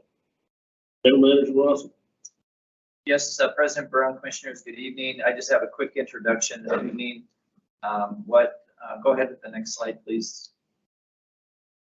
What we have before you is a potential resolution for your consideration this evening. It's resolution number 2207, and it has to do with a lot which is included in headquarters property, in the very far southeast corner of the headquarters property. It's also referred to this evening as the triangle lot. Next slide, please. What resolution 2207 states is that the board would direct the general manager to take the appropriate land use actions and convey the triangle lot separately from the headquarters lot and negotiate any terms and conditions of a transfer of that sale and execute any property transactions associated with that separate sale property. There are some advantages and disadvantages to this, as shown on the slide and as was presented in your background material, so I won't necessarily go through those at this time. But the board is up for deliberation as to whether you would like to consider resolution 2207 for passage, for denial, or for postponement. President Brown, next slide, please. I'll pass it back to you. Thank you very much. Okay, well, we're all familiar with this topic, and I think brought up to speed on it, so I'll just open it for discussion to the board. Anybody have any questions or comments or want to make any statements? John B. Yeah, I think it would be appropriate at this point to possibly postpone action on this resolution. What with the fact that we are formulating an RFP for the sale of the whole headquarters as a whole. I think it would be prudent for us to go through that process and see where that takes us, not taking this off the table, so that if in the future this would be appropriate for us to sell, I think that we can come back and visit it. So it would be my intention to put a motion forward to postpone this, not to a time certain, just to keep it on consideration on our calendar. Sonia. Second. So, okay, so for the minutes keeper, we had a motion by John Borowski and seconded by Commissioner Carlson to postpone this agenda item until a future date. Any other discussion on this motion, Matt? Correct. Yeah, I don't have super strong feelings. However, given that the opportunity for this lot to be sold by whoever buys it in the future, to sell it to the same potential buyer, it feels like a lot of work that we're potentially putting ourselves if we were to go through the process of trying to separate this triangle lot. And I'm not sure it makes a bunch of sense from my perspective. I guess what I'm saying, my inclination would be not to approve the resolution. However, if we're going to postpone it, I guess there's not a lot of harm there, but it feels like we have such a packed agenda over the next year that kind of leaving this off in the wings where we have to pick it up later. I'm not sure if that serves us. Okay, Frank, do you have a comment? Yeah, I think the timing and resource question is certainly a relevant one based on the agenda we'll talk about later. I would actually lump this in with any future discussions that are already planned around the disposition of the headquarters property itself. I think the intent would be that this could still be up for consideration in the context of the proposals we get for headquarters and the future intended uses of headquarters. headquarters. So I don't see that this would be additive to our agenda. I think it would be inclusive of work and discussions we would have about headquarters.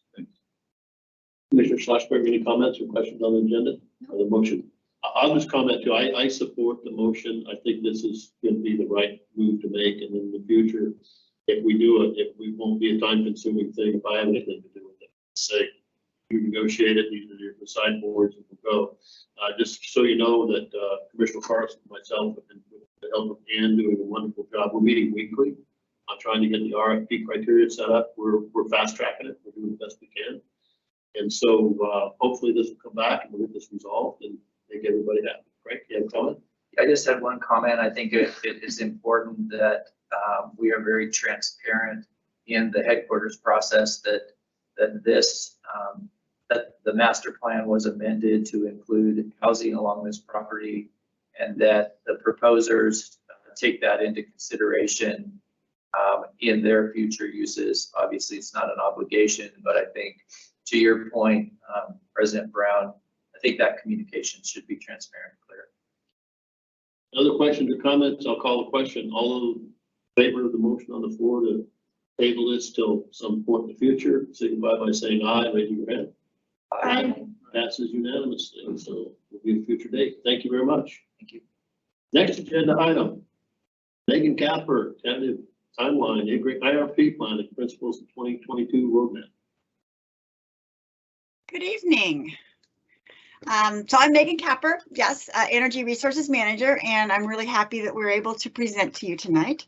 I'm going to kick us off this evening and then hand it over to Ben Ulrich, our long-term planner, to talk us through our roadmap and recommended principles to the 2022 Integrated Resource Plan. The objective tonight is to walk through the steps we will be taking to develop our preliminary public draft and to highlight the conversations we'll have with you through that process and how we intend to use our communication tools to keep everyone informed. At the end of the presentation, there will be an opportunity to ask some clarifying questions and discuss a set of proposed principles to guide the integrated resource planning process. Slide 1, please. The IRP work we're discussing today will meet our organizational goal number 5 to provide a public draft by the end of the year. Last year, we completed the electrification study. Those results directly feed into the IRP, providing a deeper understanding of our customer usage. The IRP is an important step as we continue to move down the path of meeting our long-term strategic objectives. It's a tool that allows us to look at what resources we may need, when, and under what circumstances. We can then identify the next steps in preparation for the decisions we know are coming in the future. As you can see by the diagram, in 2025 and 2026, we'll have decisions around Seneca and BPA power purchases. So now I'll hand it over to Ben. Great. Next slide, please. So a brief agenda for tonight. Tonight we'd like to spend some time covering why we're doing an IRP and the type of questions that we're trying to answer. Then we'll go over the key elements of the IRP and explain how we plan to keep the board and community engaged on these topics. Lastly, we'll end the meeting with our draft guiding principles, which will guide our work for the coming year. And we hope that the board can provide feedback on these draft principles to make sure that the staff and the board are aligned on high-level expectations. Next slide, please. So let's start by talking about why we are doing an IRP. An integrated resource plan serves as a roadmap to guide decisions for how the utility will meet the energy needs of our customers over the next 2 decades and identifies specific actions to take within the next few years. EWEB's last IRP was in 2011 after EWEB renewed its contract with BPA through 2028, and our portfolio has not changed substantially since that time. However, our strategic plan emphasizes that prior to 2028, our utility will need to reassemble an electric supply portfolio as our existing power contracts come to an end. The IRP will be a key tool for preparing this and future boards to make strategic decisions about the portfolio of the future. To meet the strategic priority, our IRP process is changing to become more frequent and iterative. We view the 2022 IRP as foundational, developing our modeling tools and analysis to begin answering questions for the board and our community. The decisions ahead will involve trade-offs, and we hope that this and future IRPs will begin putting a framework around these electricity supply decisions. Next slide, please. We provided a list of questions that we are trying to answer in this IRP cycle in the board memo. We know that not all questions can be answered in a single IRP. So we spent some time narrowing our questions, recognizing that this IRP is foundational. That's why you'll see that these questions start with an emphasis on exploring EWEB's energy and capacity needs in the future. With the existing contracts expiring before 2028, we need to know how big these gaps will be and what resources could be used to fill those gaps. We want to better understand what best fit can really mean for those resources. We know that there is not some perfect, low cost, low carbon, highly reliable resource out there. And the challenge will come from exploring trade-offs between our resource choices and understanding the risks and rewards that come with those choices. We think these questions will provide a great foundation to begin asking more complex questions in future IRPs. Next slide, please. So let's dive into the key elements of the IRP. An integrated resource plan is both a technical study and an action plan. Staff is currently developing models to analyze how different resource portfolios will perform in an uncertain future. In the board memo, we tried to highlight some base case assumptions and variables which will serve as inputs into our modeling work. But all of these assumptions and inputs have impacts on the results. We want to be sure to have more in-depth conversations about the key elements of our IRP throughout this year. On the left-hand side, you can see 4 key elements of the IRP that we want to highlight for the board tonight. The first is customer load characteristics. Next, please. Thank you. Understanding how and when our customers consume electricity will be key to understanding what our needs will be in the future. The electrification provided useful inputs into our forecasted loads in the future, but that's just one part of the overall load forecast. We want to make sure that the board is informed about the timing and seasonality of our energy consumption and how it may impact what resources fit EWEB best. Next, please. The next key element we want to look into is resource characteristics. We want to discuss the attributes of resources that could be used to meet this customer load. This represents an integrated approach to power planning because it includes both demand side options like conservation, demand response programs, and distributed generation like rooftop solar, as well as traditional supply side electricity generating resources like hydro, wind, and solar, as well as battery storage and the ability to purchase from the market. Our future portfolio will be a collection of these resources combined. Each of these resources has unique trade-offs between costs, reliability, carbon, and other attributes. We want to take some time to explore those attributes. Throughout this modeling process, I can go back one, please. Throughout the modeling process, if you can get the balancing act, I want to show the constraints there at the bottom. So throughout the modeling process, we'll also be balancing constraints identified by the board and state law. A great example of one of these constraints is the board's recent revision of the climate change policy, which targets over 95% of annual energy coming from carbon-free resources by 2030. Next, please. A key output of our modeling work will be a list of portfolio alternatives for the board to consider. Each portfolio will represent a unique mix of resources that meet the established constraints and will allow the board to consider the trade-offs between the different portfolios. This is also an opportunity for the board to highlight the metrics that are important to our community to ensure that the power portfolio reflects our values. We want to spend more time discussing these metrics in future board meetings. Next, please. The final key element of the IRP will be the action plan approved by the board at the end of this process.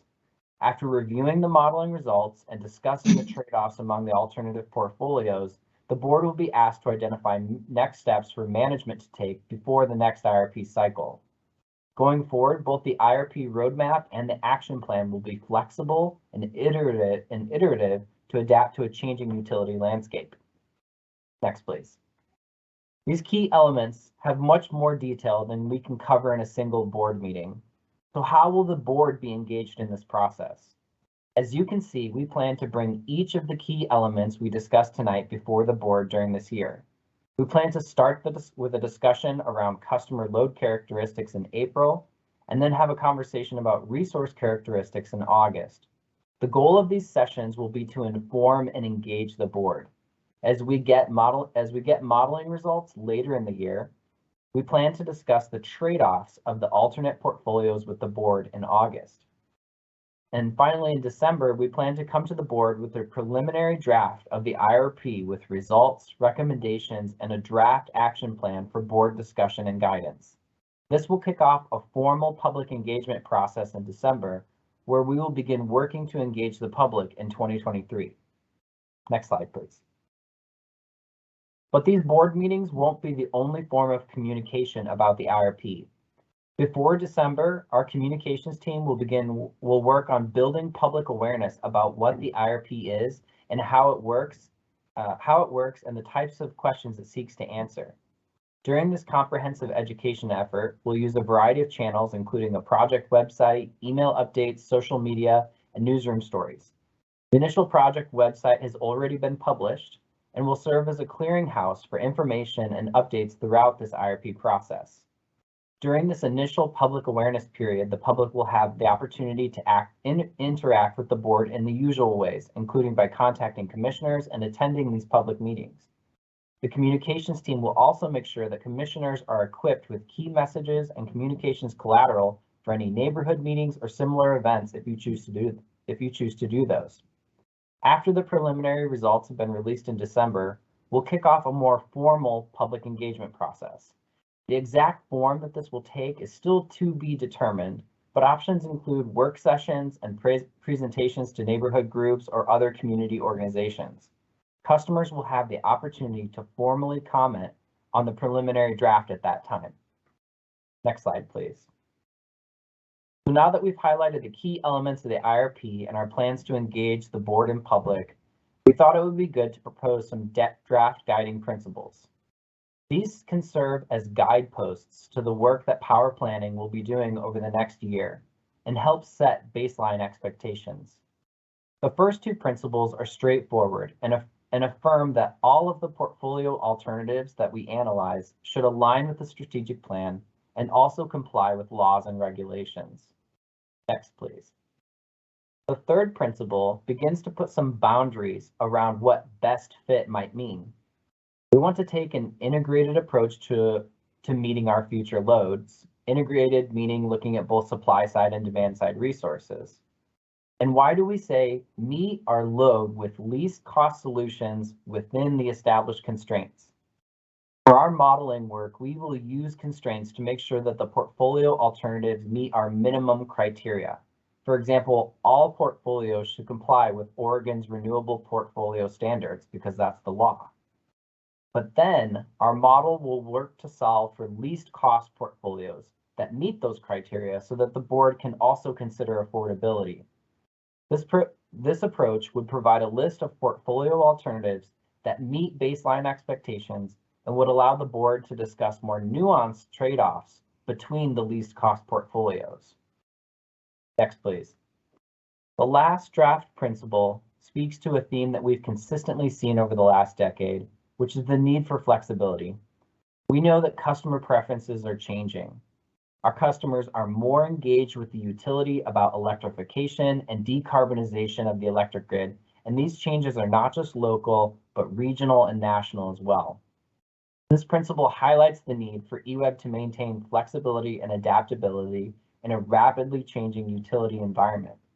The new iterative and more frequent IRP process itself is a great example of how this principle is being applied to our work today. Next, please. So our question tonight for the board is, do these principles reflect the right strategic direction for the IRP? And with that, we can open it up for board discussion and feedback.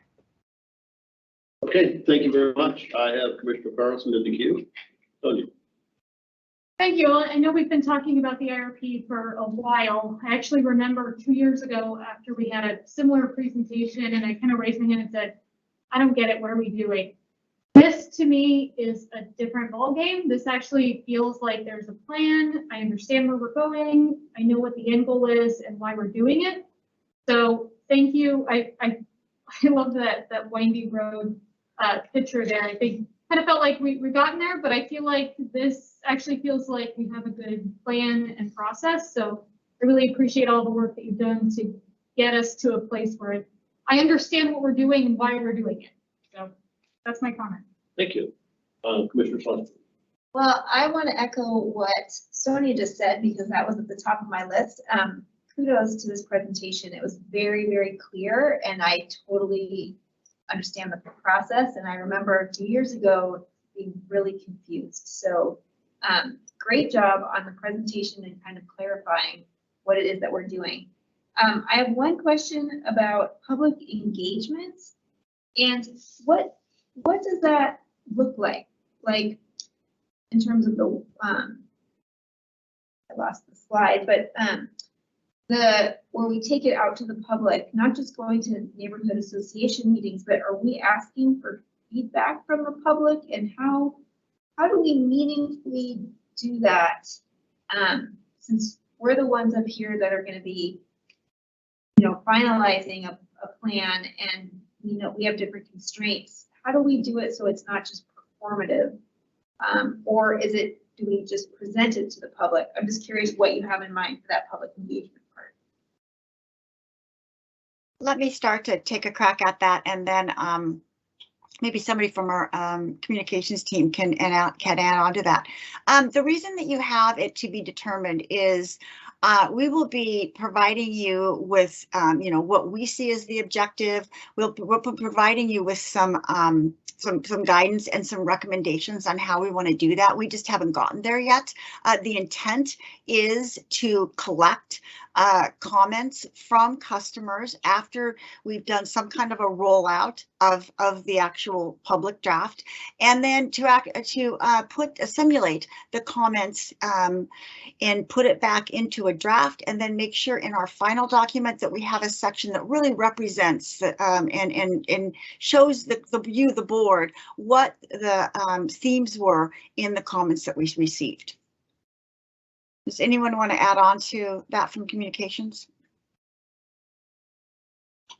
No, Megan, I think you covered that quite well. Commissioner Schlossberg, that's an excellent point, and we'll want to make sure that we meet those criteria as we develop that plan in the coming months.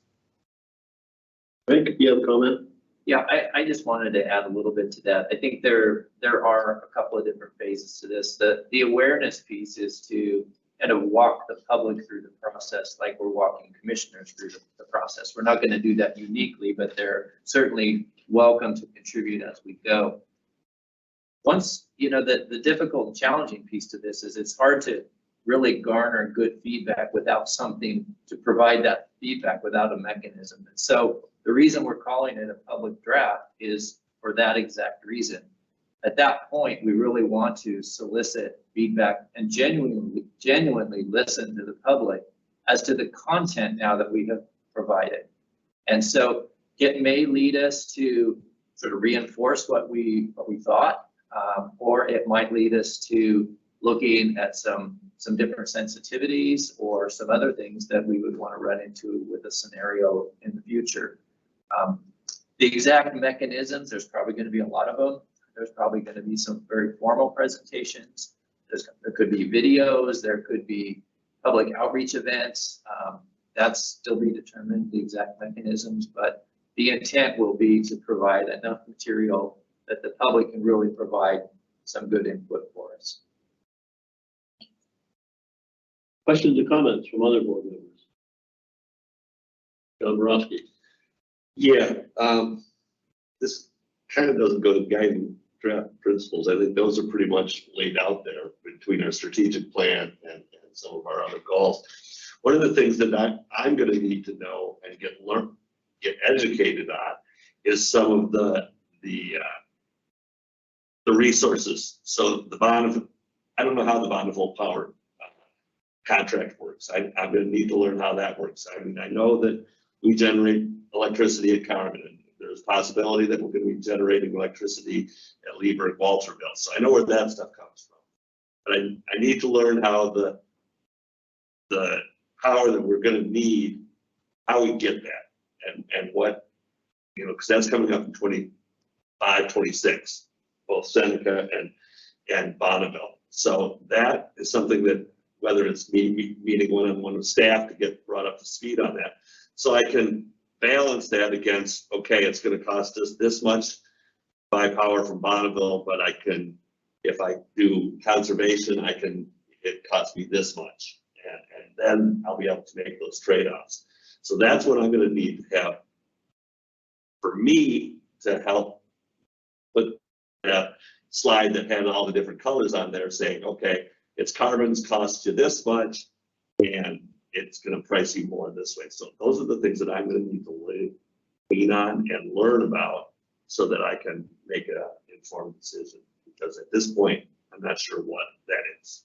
Yeah, yeah, Commissioner Borowski, I think the way that this was laid out in a series of events, the first part being looking at the consumption side and really diving in and understanding the nuances of consumption, seasonality, and the dynamics associated with that. Between now and August, so August is really when we want the board to understand the characteristics, the performance characteristics of all the different resources. It could be ones that we have now. It could be ones that we don't have now. You know, what are the characteristics that we operate under with Bonneville Hydro versus our own hydro? Montana wind versus Columbia Gorge wind. It's all of those have different operating characteristics. And the goal of that August session is between now and August to really pull that all together so that when we put those into models, you know actually what's going in. You know what Columbia Hydro looks like. And then the costs filter out and solves for various costs. And how does it handle peaking? Is it dispatchable or not? Is it base load? Is it variable? You know, all of those things will go into between now and August. If we do need to schedule some one-on-one sessions, I'm sure we'd be happy to do that between now and then. We're packing your schedule pretty tight between now and then, so a lot to learn. Great, thank you. Thank you. Other questions or comments?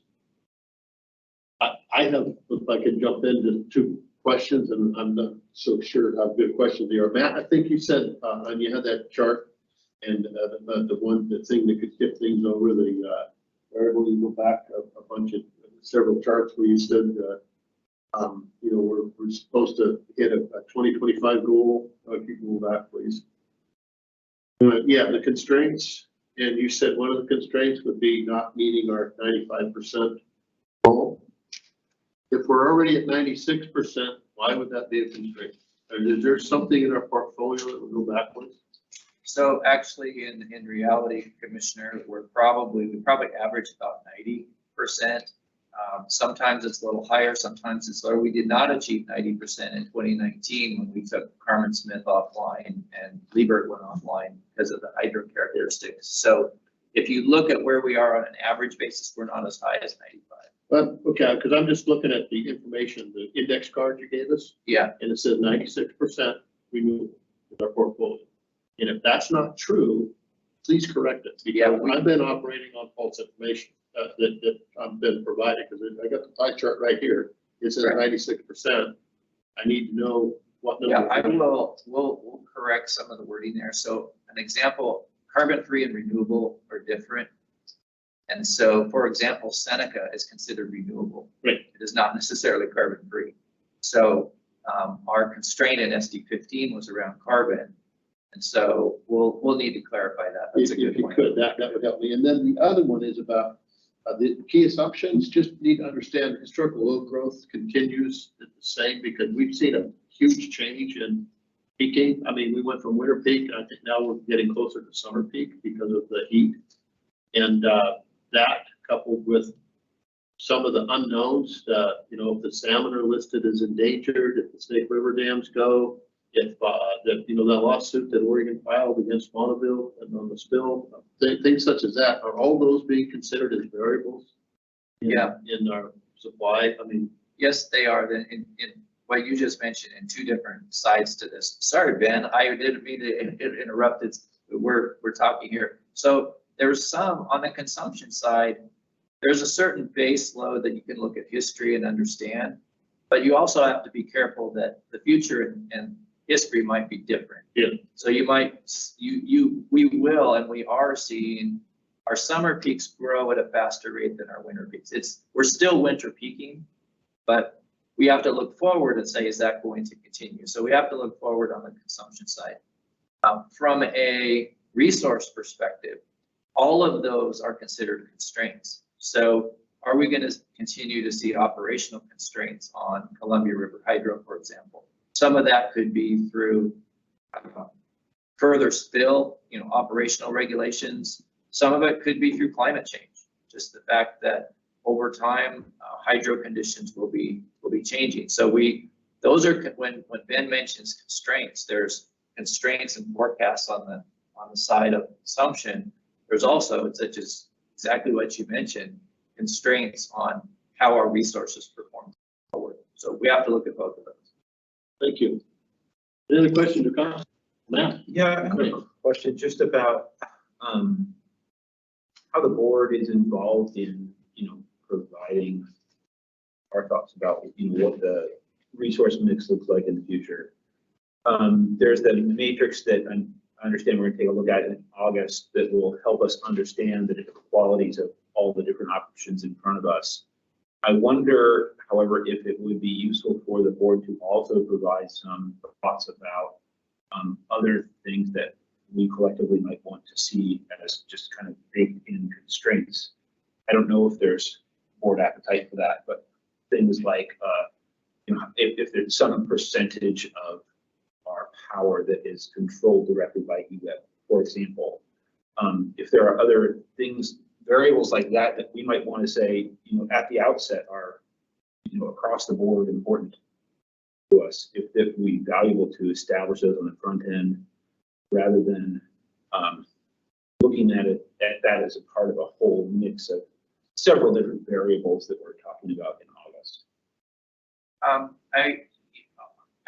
I'll consult with the group on that, Matt. I think there's a roster of considerations. For example, it was fairly small print, but you maybe didn't notice localness was one of the calls, for example, because we knew that the board was interested in a certain local flavor. I guess I'll say there could be other constraints that we would need to understand a little bit further, and maybe that can be part of the April discussion before we go to August, because we will talk a lot about consumption, but maybe there would be an opportunity to extend that conversation a little bit and talk about that.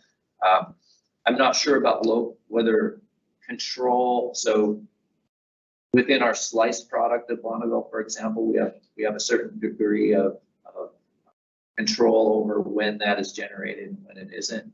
Even though it's a federal resources, we control the flow of water in essence there. So we'd have to understand that further, but probably the best time to do that would be that April versus August. And I guess we would ask the board to give that some thought. If there are other things that we could send you kind of what we're thinking, and then maybe we can even do that in correspondence to get it started. And then when we get in April, we can talk about it further. Does that make sense to you, Megan?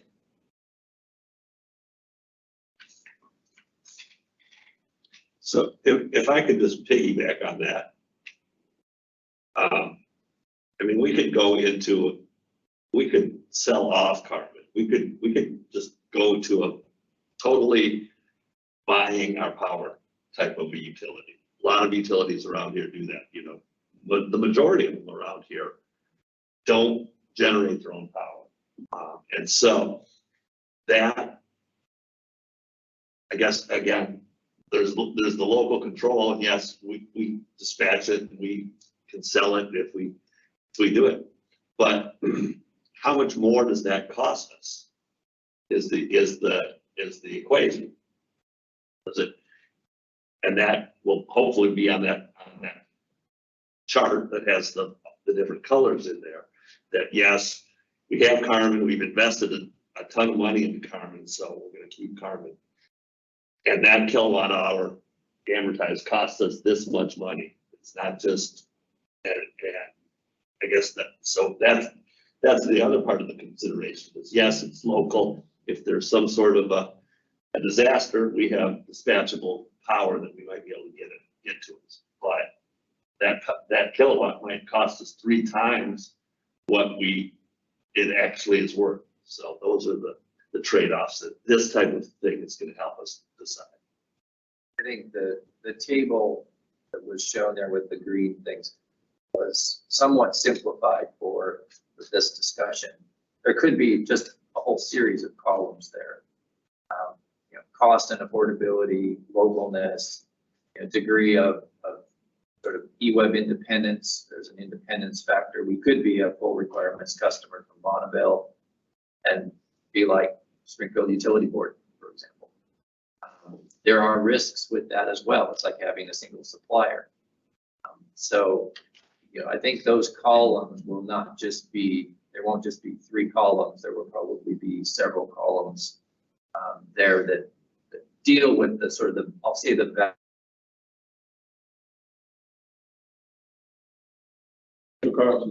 Just one quick comment on the kind of the key elements. I mean, when I think about this, I think about our values and what items we have on there. And the only one that I don't see on there is like we have safety. And I do think that some resources have more inherent risks, like dams. If they break, that has more of an inherent risk to the community. Nuclear, some of those. So that one stood out to me as one that maybe doesn't fall in there, but otherwise I would think about the values that we've already said are our priorities. How do they align with these? Could I jump in the queue or comment? I think this conversation is really helpful, and it provides a great example of how infinitely complex these decisions can feel, especially as we zoom in and we mention specific resources by name, Carmen Smith, Lieberg. When we zoom into that, you have all these elements like local. But in our IRP work, it's really hypothetical. We're in this land of modeling and a bunch of hypotheticals, and it's a strategic kind of level modeling exercise where it might help us identify future portfolios that show us that maybe EWEB is a little bit less interested in wind and a little bit more interested in solar and hydro. And using those strategic themes, it might help us focus our future efforts to say, okay, now that we know broadly that we're interested in these types of resources, let's get more specific. What are the attributes of those types of resources that we really care about? Do we want local solar? Do we want solar somewhere else that we wheel home? So as we start this modeling work, I'm hopeful that the IRP can give us some of that strategic insight where we identify types of resources.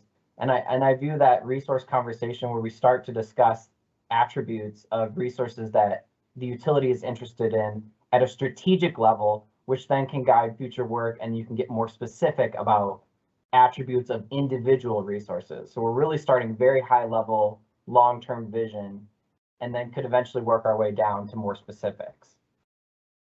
We'll say the attribute discussion, as Ben points out, would include, for example, hydro. There's built into the cost, there are fish and wildlife costs. There are also dam safety costs built into those. Those are attributes that lie within that family of resources. So a lot more to come, I guess I would say. I do want to say, I think that the communications team, Megan and Ben, have done a really good job of peeling this back to where it lays out a roadmap for where we're going. I didn't feel like we had that 2 years ago. Now I feel like there's certain steps and there's a purpose and a basis for where we're headed. And this is really important work, considering in the next 6 years, starting 2022, we have over $2 billion worth of decisions to make as a utility. Most of these contracts are 10, 15-year contracts minimum. You think about, the fact that almost half of our electric utility costs are in resources. So it's a massively important exercise in modeling, in values, and ultimately in action plans and decisions. Yeah, I just wanted to add that, just reminded, this is the first IRP we've done in a long time. So we're really developing a framework. And while it is a 20-year look, we're going to, as soon as we're done and we have an action plan from you, we're going to start answering some of your follow-up questions. And we don't have the information today, like what our products from Bonneville will look like or what those costs will be. So this framework, we can start asking, we can build upon in our subsequent IRPs and ask ourselves some of those questions. So we're going to be prepared for those questions in the future. So it's a 20-year look, but because the assumptions and our industry is changing so quickly, we're going to want to refresh our assumptions, every 2 years, like we were saying. So while it looks like it's a long 20 years and it looks like there's a ton of uncertainty, we're going to make sure we have the best and most current assumptions in there to be making these decisions. And simultaneously, we are working with industry partners in Bonneville and trade organizations to try to move forward what 2028 contracts look like from Bonneville, because it's not a decision you can wait until 2026 or 2027 to figure out. So we're working that resource in through the Public Power Council, our own, a number of other utilities on that side of it too. Thank you. So I just have one last kind of comment or question, because it's my understanding that 30% of the electricity consumed in the state of Oregon comes from coal. And if they retire all that coal in this window that we're looking at, what is that? We reduce the supply, increase the demand. Are we factoring things like that? Because I'm assuming that coal is going to be retired within this window we're looking at. Are we making that assumption that we're going to have to find, just to stay even with no increase in load, we're going to have to find a 30% increase in electric production to serve the people of Oregon? Is that coming into the competitive range of where we are in this analysis? So the analysis itself, Commissioner Brown, will not deal with that specifically. What it'll deal with are the byproducts of trends like that. So an understanding that the importance of mitigating peaking and peaking pricing, for example, will become more important in the future than it has been in the past. So there are trends. Some of those are actually known because there are regulatory constructs driving that. This isn't just a market trend. There are forecasts, and therefore utilities are planning on these retirements. They're replacing them with they're doing the same thing. They're replacing them with a mix of resources. Some of those are more variable. And so those will have impacts on prices, peaking, otherwise. So those are the byproducts that will go into future forecasts, as well as the importance of characteristics of different resources. Is a resource able to handle peaking or not? Or is it a mix of resources that you do that? So not directly, but indirectly. Thank you. And when you do have these one-on-ones or one-on-twos, I'll sign me up. I need a refresher course. Thank you. It sounds like Megan and Ben and Matt Shrubnik and Aaron, it looks like you've got some potential invitations for some private sessions. I need another meeting. Any other questions or comments for staff or the general manager on this topic? I just would add appreciation to the staff. I agree with all board members. The presentation here and the materials you provide us are super helpful. Thank you. Thank you very much. So, well, thank you, Megan and Matt, and the rest of the team that's worked on this. You have made a very complex topic understandable to lay people, so thank you very much. I too really appreciate it, because I was just a hog last time, or a couple of years ago. So thank you. I appreciate that. It's hard to sit up here and pretend you understand and you don't, and so I partially understand, but thank you very much. All right, the next agenda item is board agendas and correspondence. Right. Yes, President Brown, thank you. I wanted to point out to the board, and I think I actually mentioned this in a separate email to you. You should notice, if you haven't, that the board agenda report is more robust than in the past. Have to give a lot of kudos to the executive team managers and others who we challenged with how do we try to map out the entire year. We have a lot of work to do with you this year. If you'll notice that there are certain characteristics of things on the board agenda report. Some of them we call recurring. Those are things that we bring back, budgets and certain operational reports and these types of things. They are important. They are, in some cases, required. We also try to identify where we're working on certain goals. One example that you just heard about, you'll see an agenda item in April and August and a work session in November on goal number 5, which is the integrated resource plan that's mapped into the year. I think we added 6 work sessions and 1 additional executive session to the list. So we tried not to overpack the board in any one particular meeting, but tried to space this out and coordinate it in a way that made sense to us.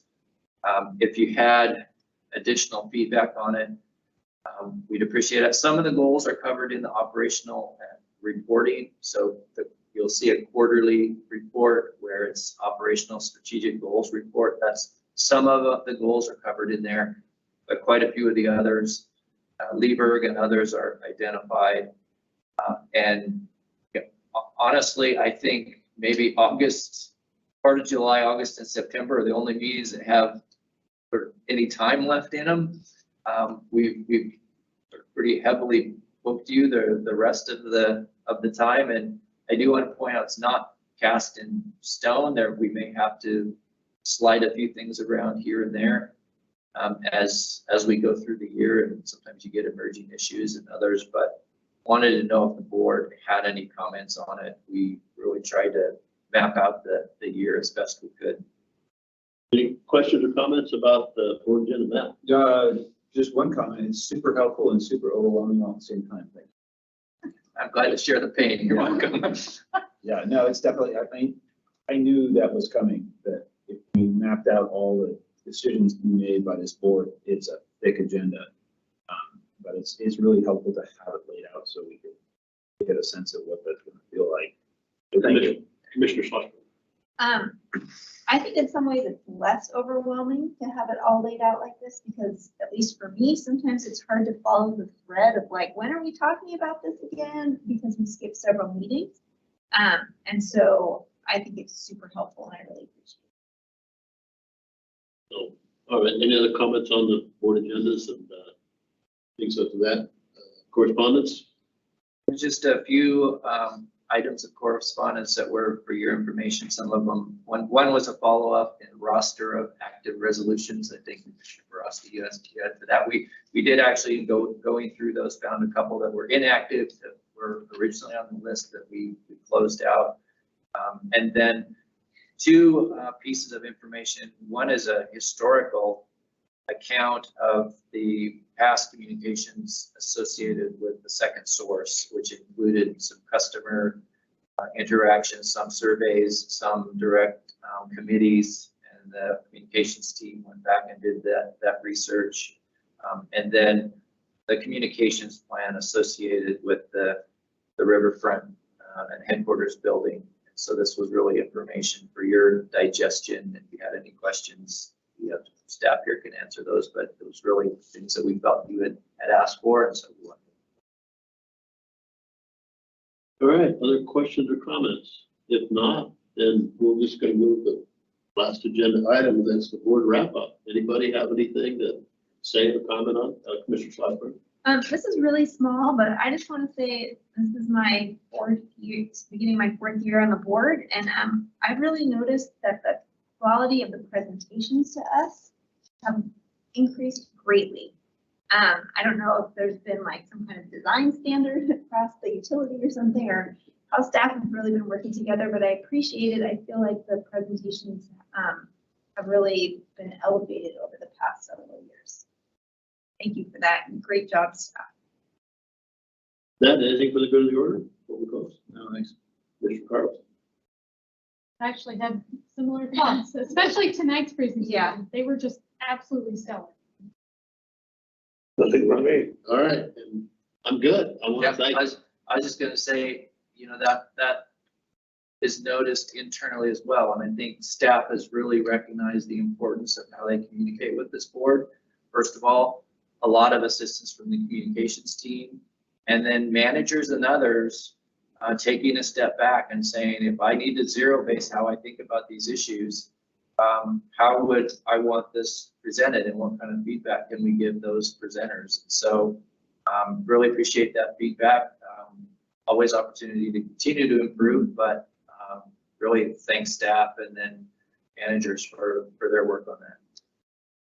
And I'd just like to thank everybody, the board and the staff and everybody else for keeping, you know, we thought we were gonna be here till 9:30 tonight or 10, and we were worried about it, but thank you very much for your concise and concise questions and responses. And, you know, the good thing is we didn't have to say any extensions. I really appreciate that. I think everybody appreciates that. I'm glad we could get to Megan and Matt's presentation this evening.